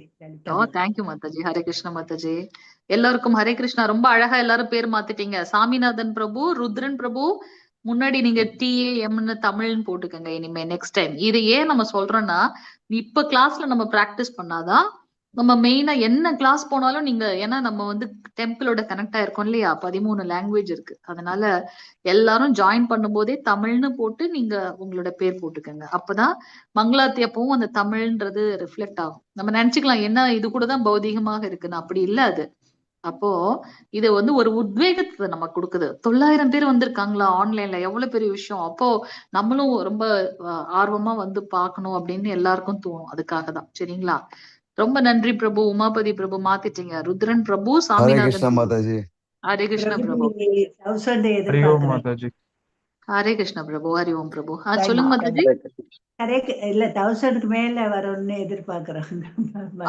வருவாங்க. இவங்க எல்லாரும் பாருங்க, இவங்க நிறைய பேருக்கு சொல்லி அடுத்ததுல எல்லாம் கண்டிப்பா வந்துருவாங்க மாதாஜி. ரொம்ப சந்தோஷமா இருந்தது. 900 பேர். லாஸ்ட் டைம் தமிழ் பகவத்கீதால நான் கேட்டப்போ நான் யோசிச்சேன் எப்படி 900 பேர் வருவாங்க அப்படின்ட்டு. பார்த்தா இன்னைக்கு 900 பேர் வந்துட்டாங்க. நாளைக்கு பார்ப்போம் எவ்வளவு பேர் வராங்கன்னு. நம்ம பக்தர்கள் வந்தாலே போதும். இப்ப பாருங்க இதுல இருக்க 20 பேர் வந்தாலே அது ஆட்டோமேட்டிக்கா கிராஸ் பண்ணிடும். அது மாதிரி ஒரு கிளாஸ்லயும் டே பை டே இன்க்ரீஸ் ஆயிட்டு தான் இருக்கு மாதாஜி. ஆமா, எஸ் மாதாஜி. அதை பாக்குறோம் நம்ம உண்மையாலுமே. ஹரே கிருஷ்ணா. எல்லாருமே மாத்திட்டாங்க எக்ஸப்ட் ராமமூர்த்தி பிரபு. அவங்களுக்கு மாத்த தெரியல. No problem. சோ எல்லாருக்கும் நன்றி. எக்ஸ்ட்ராவா 6 நிமிஷம் எடுத்துட்டேன், மன்னிக்கணும். நாளைக்கு நம்ம 7வது பதத்துல இருந்து பார்க்கலாம். கொஞ்சம் கூட வேகமாவே போலாம். சரிங்களா? ஹரே கிருஷ்ணா. வாஞ்சகல்பகுருப்யஸ்ய கிருபா சிந்துபேவச்ச பதிதானாம் பாவனேபியோ வைஷ்ணவேபியோ நமோ நமः. अनंत कोटि वैष्णव वृंद की जय. नामाचार्य श्रील हरिदास ठाकुर की जय. जगत गुरु श्रील प्रभुपाद की जय. गौर प्रेमानंदे. हरि हरि बोल. पुष्पा माता जी की जय जय जय. हरे कृष्ण माता जी. நன்றி மாதாஜி. இல்ல நீங்க ரெஸ்ட் எடுக்கணும்னா எடுத்துருக்கலாம். ஆனா அதை விட்டுட்டு நீங்க கிளாஸ்க்கு வந்தீங்களா, அது ஒரு பெரிய பாக்கியம். கிளாஸுக்கு வரணும்னு ட்ரை பண்ணிட்டே இருந்தேன். லேட் ஆயிடுது. கண்டிப்பா கடைசி நாள் நீங்க வந்து எங்களுக்கு இது பண்றீங்க மாதாஜி. ஹரே கிருஷ்ண மாதாஜி. எனக்கு கிளாஸ் கொடுத்துருக்கீங்கல்ல. ஆமா, அது வந்து இதுல போயிருக்கீங்க. நீங்க மத்தியானத்துல போயிடுவீங்க. எங்களுக்கு 9 மணிக்கு வர்றேன் மாதாஜி. ஓகே. நன்றி மாதாஜி. ஹரே கிருஷ்ணா. எல்லோருக்கும் ஹரே கிருஷ்ணா. அந்த ஃபார்ம் கொஞ்சம் ஃபில் பண்ணிடுங்க. பிரபு வந்து திருப்பி போடுவாங்க. உங்களோட பேசிக் இன்ஃபர்மேஷன் தான் அதுல கேட்பாங்க. நீங்க அதை தாராளமா ஷேர் பண்ணலாம். ஓகே. ஹரே கிருஷ்ணா. மாதாஜி, பிரபுஜி எல்லோருக்கும் ஹரே கிருஷ்ணா. தேங்க்யூ மாதாஜி.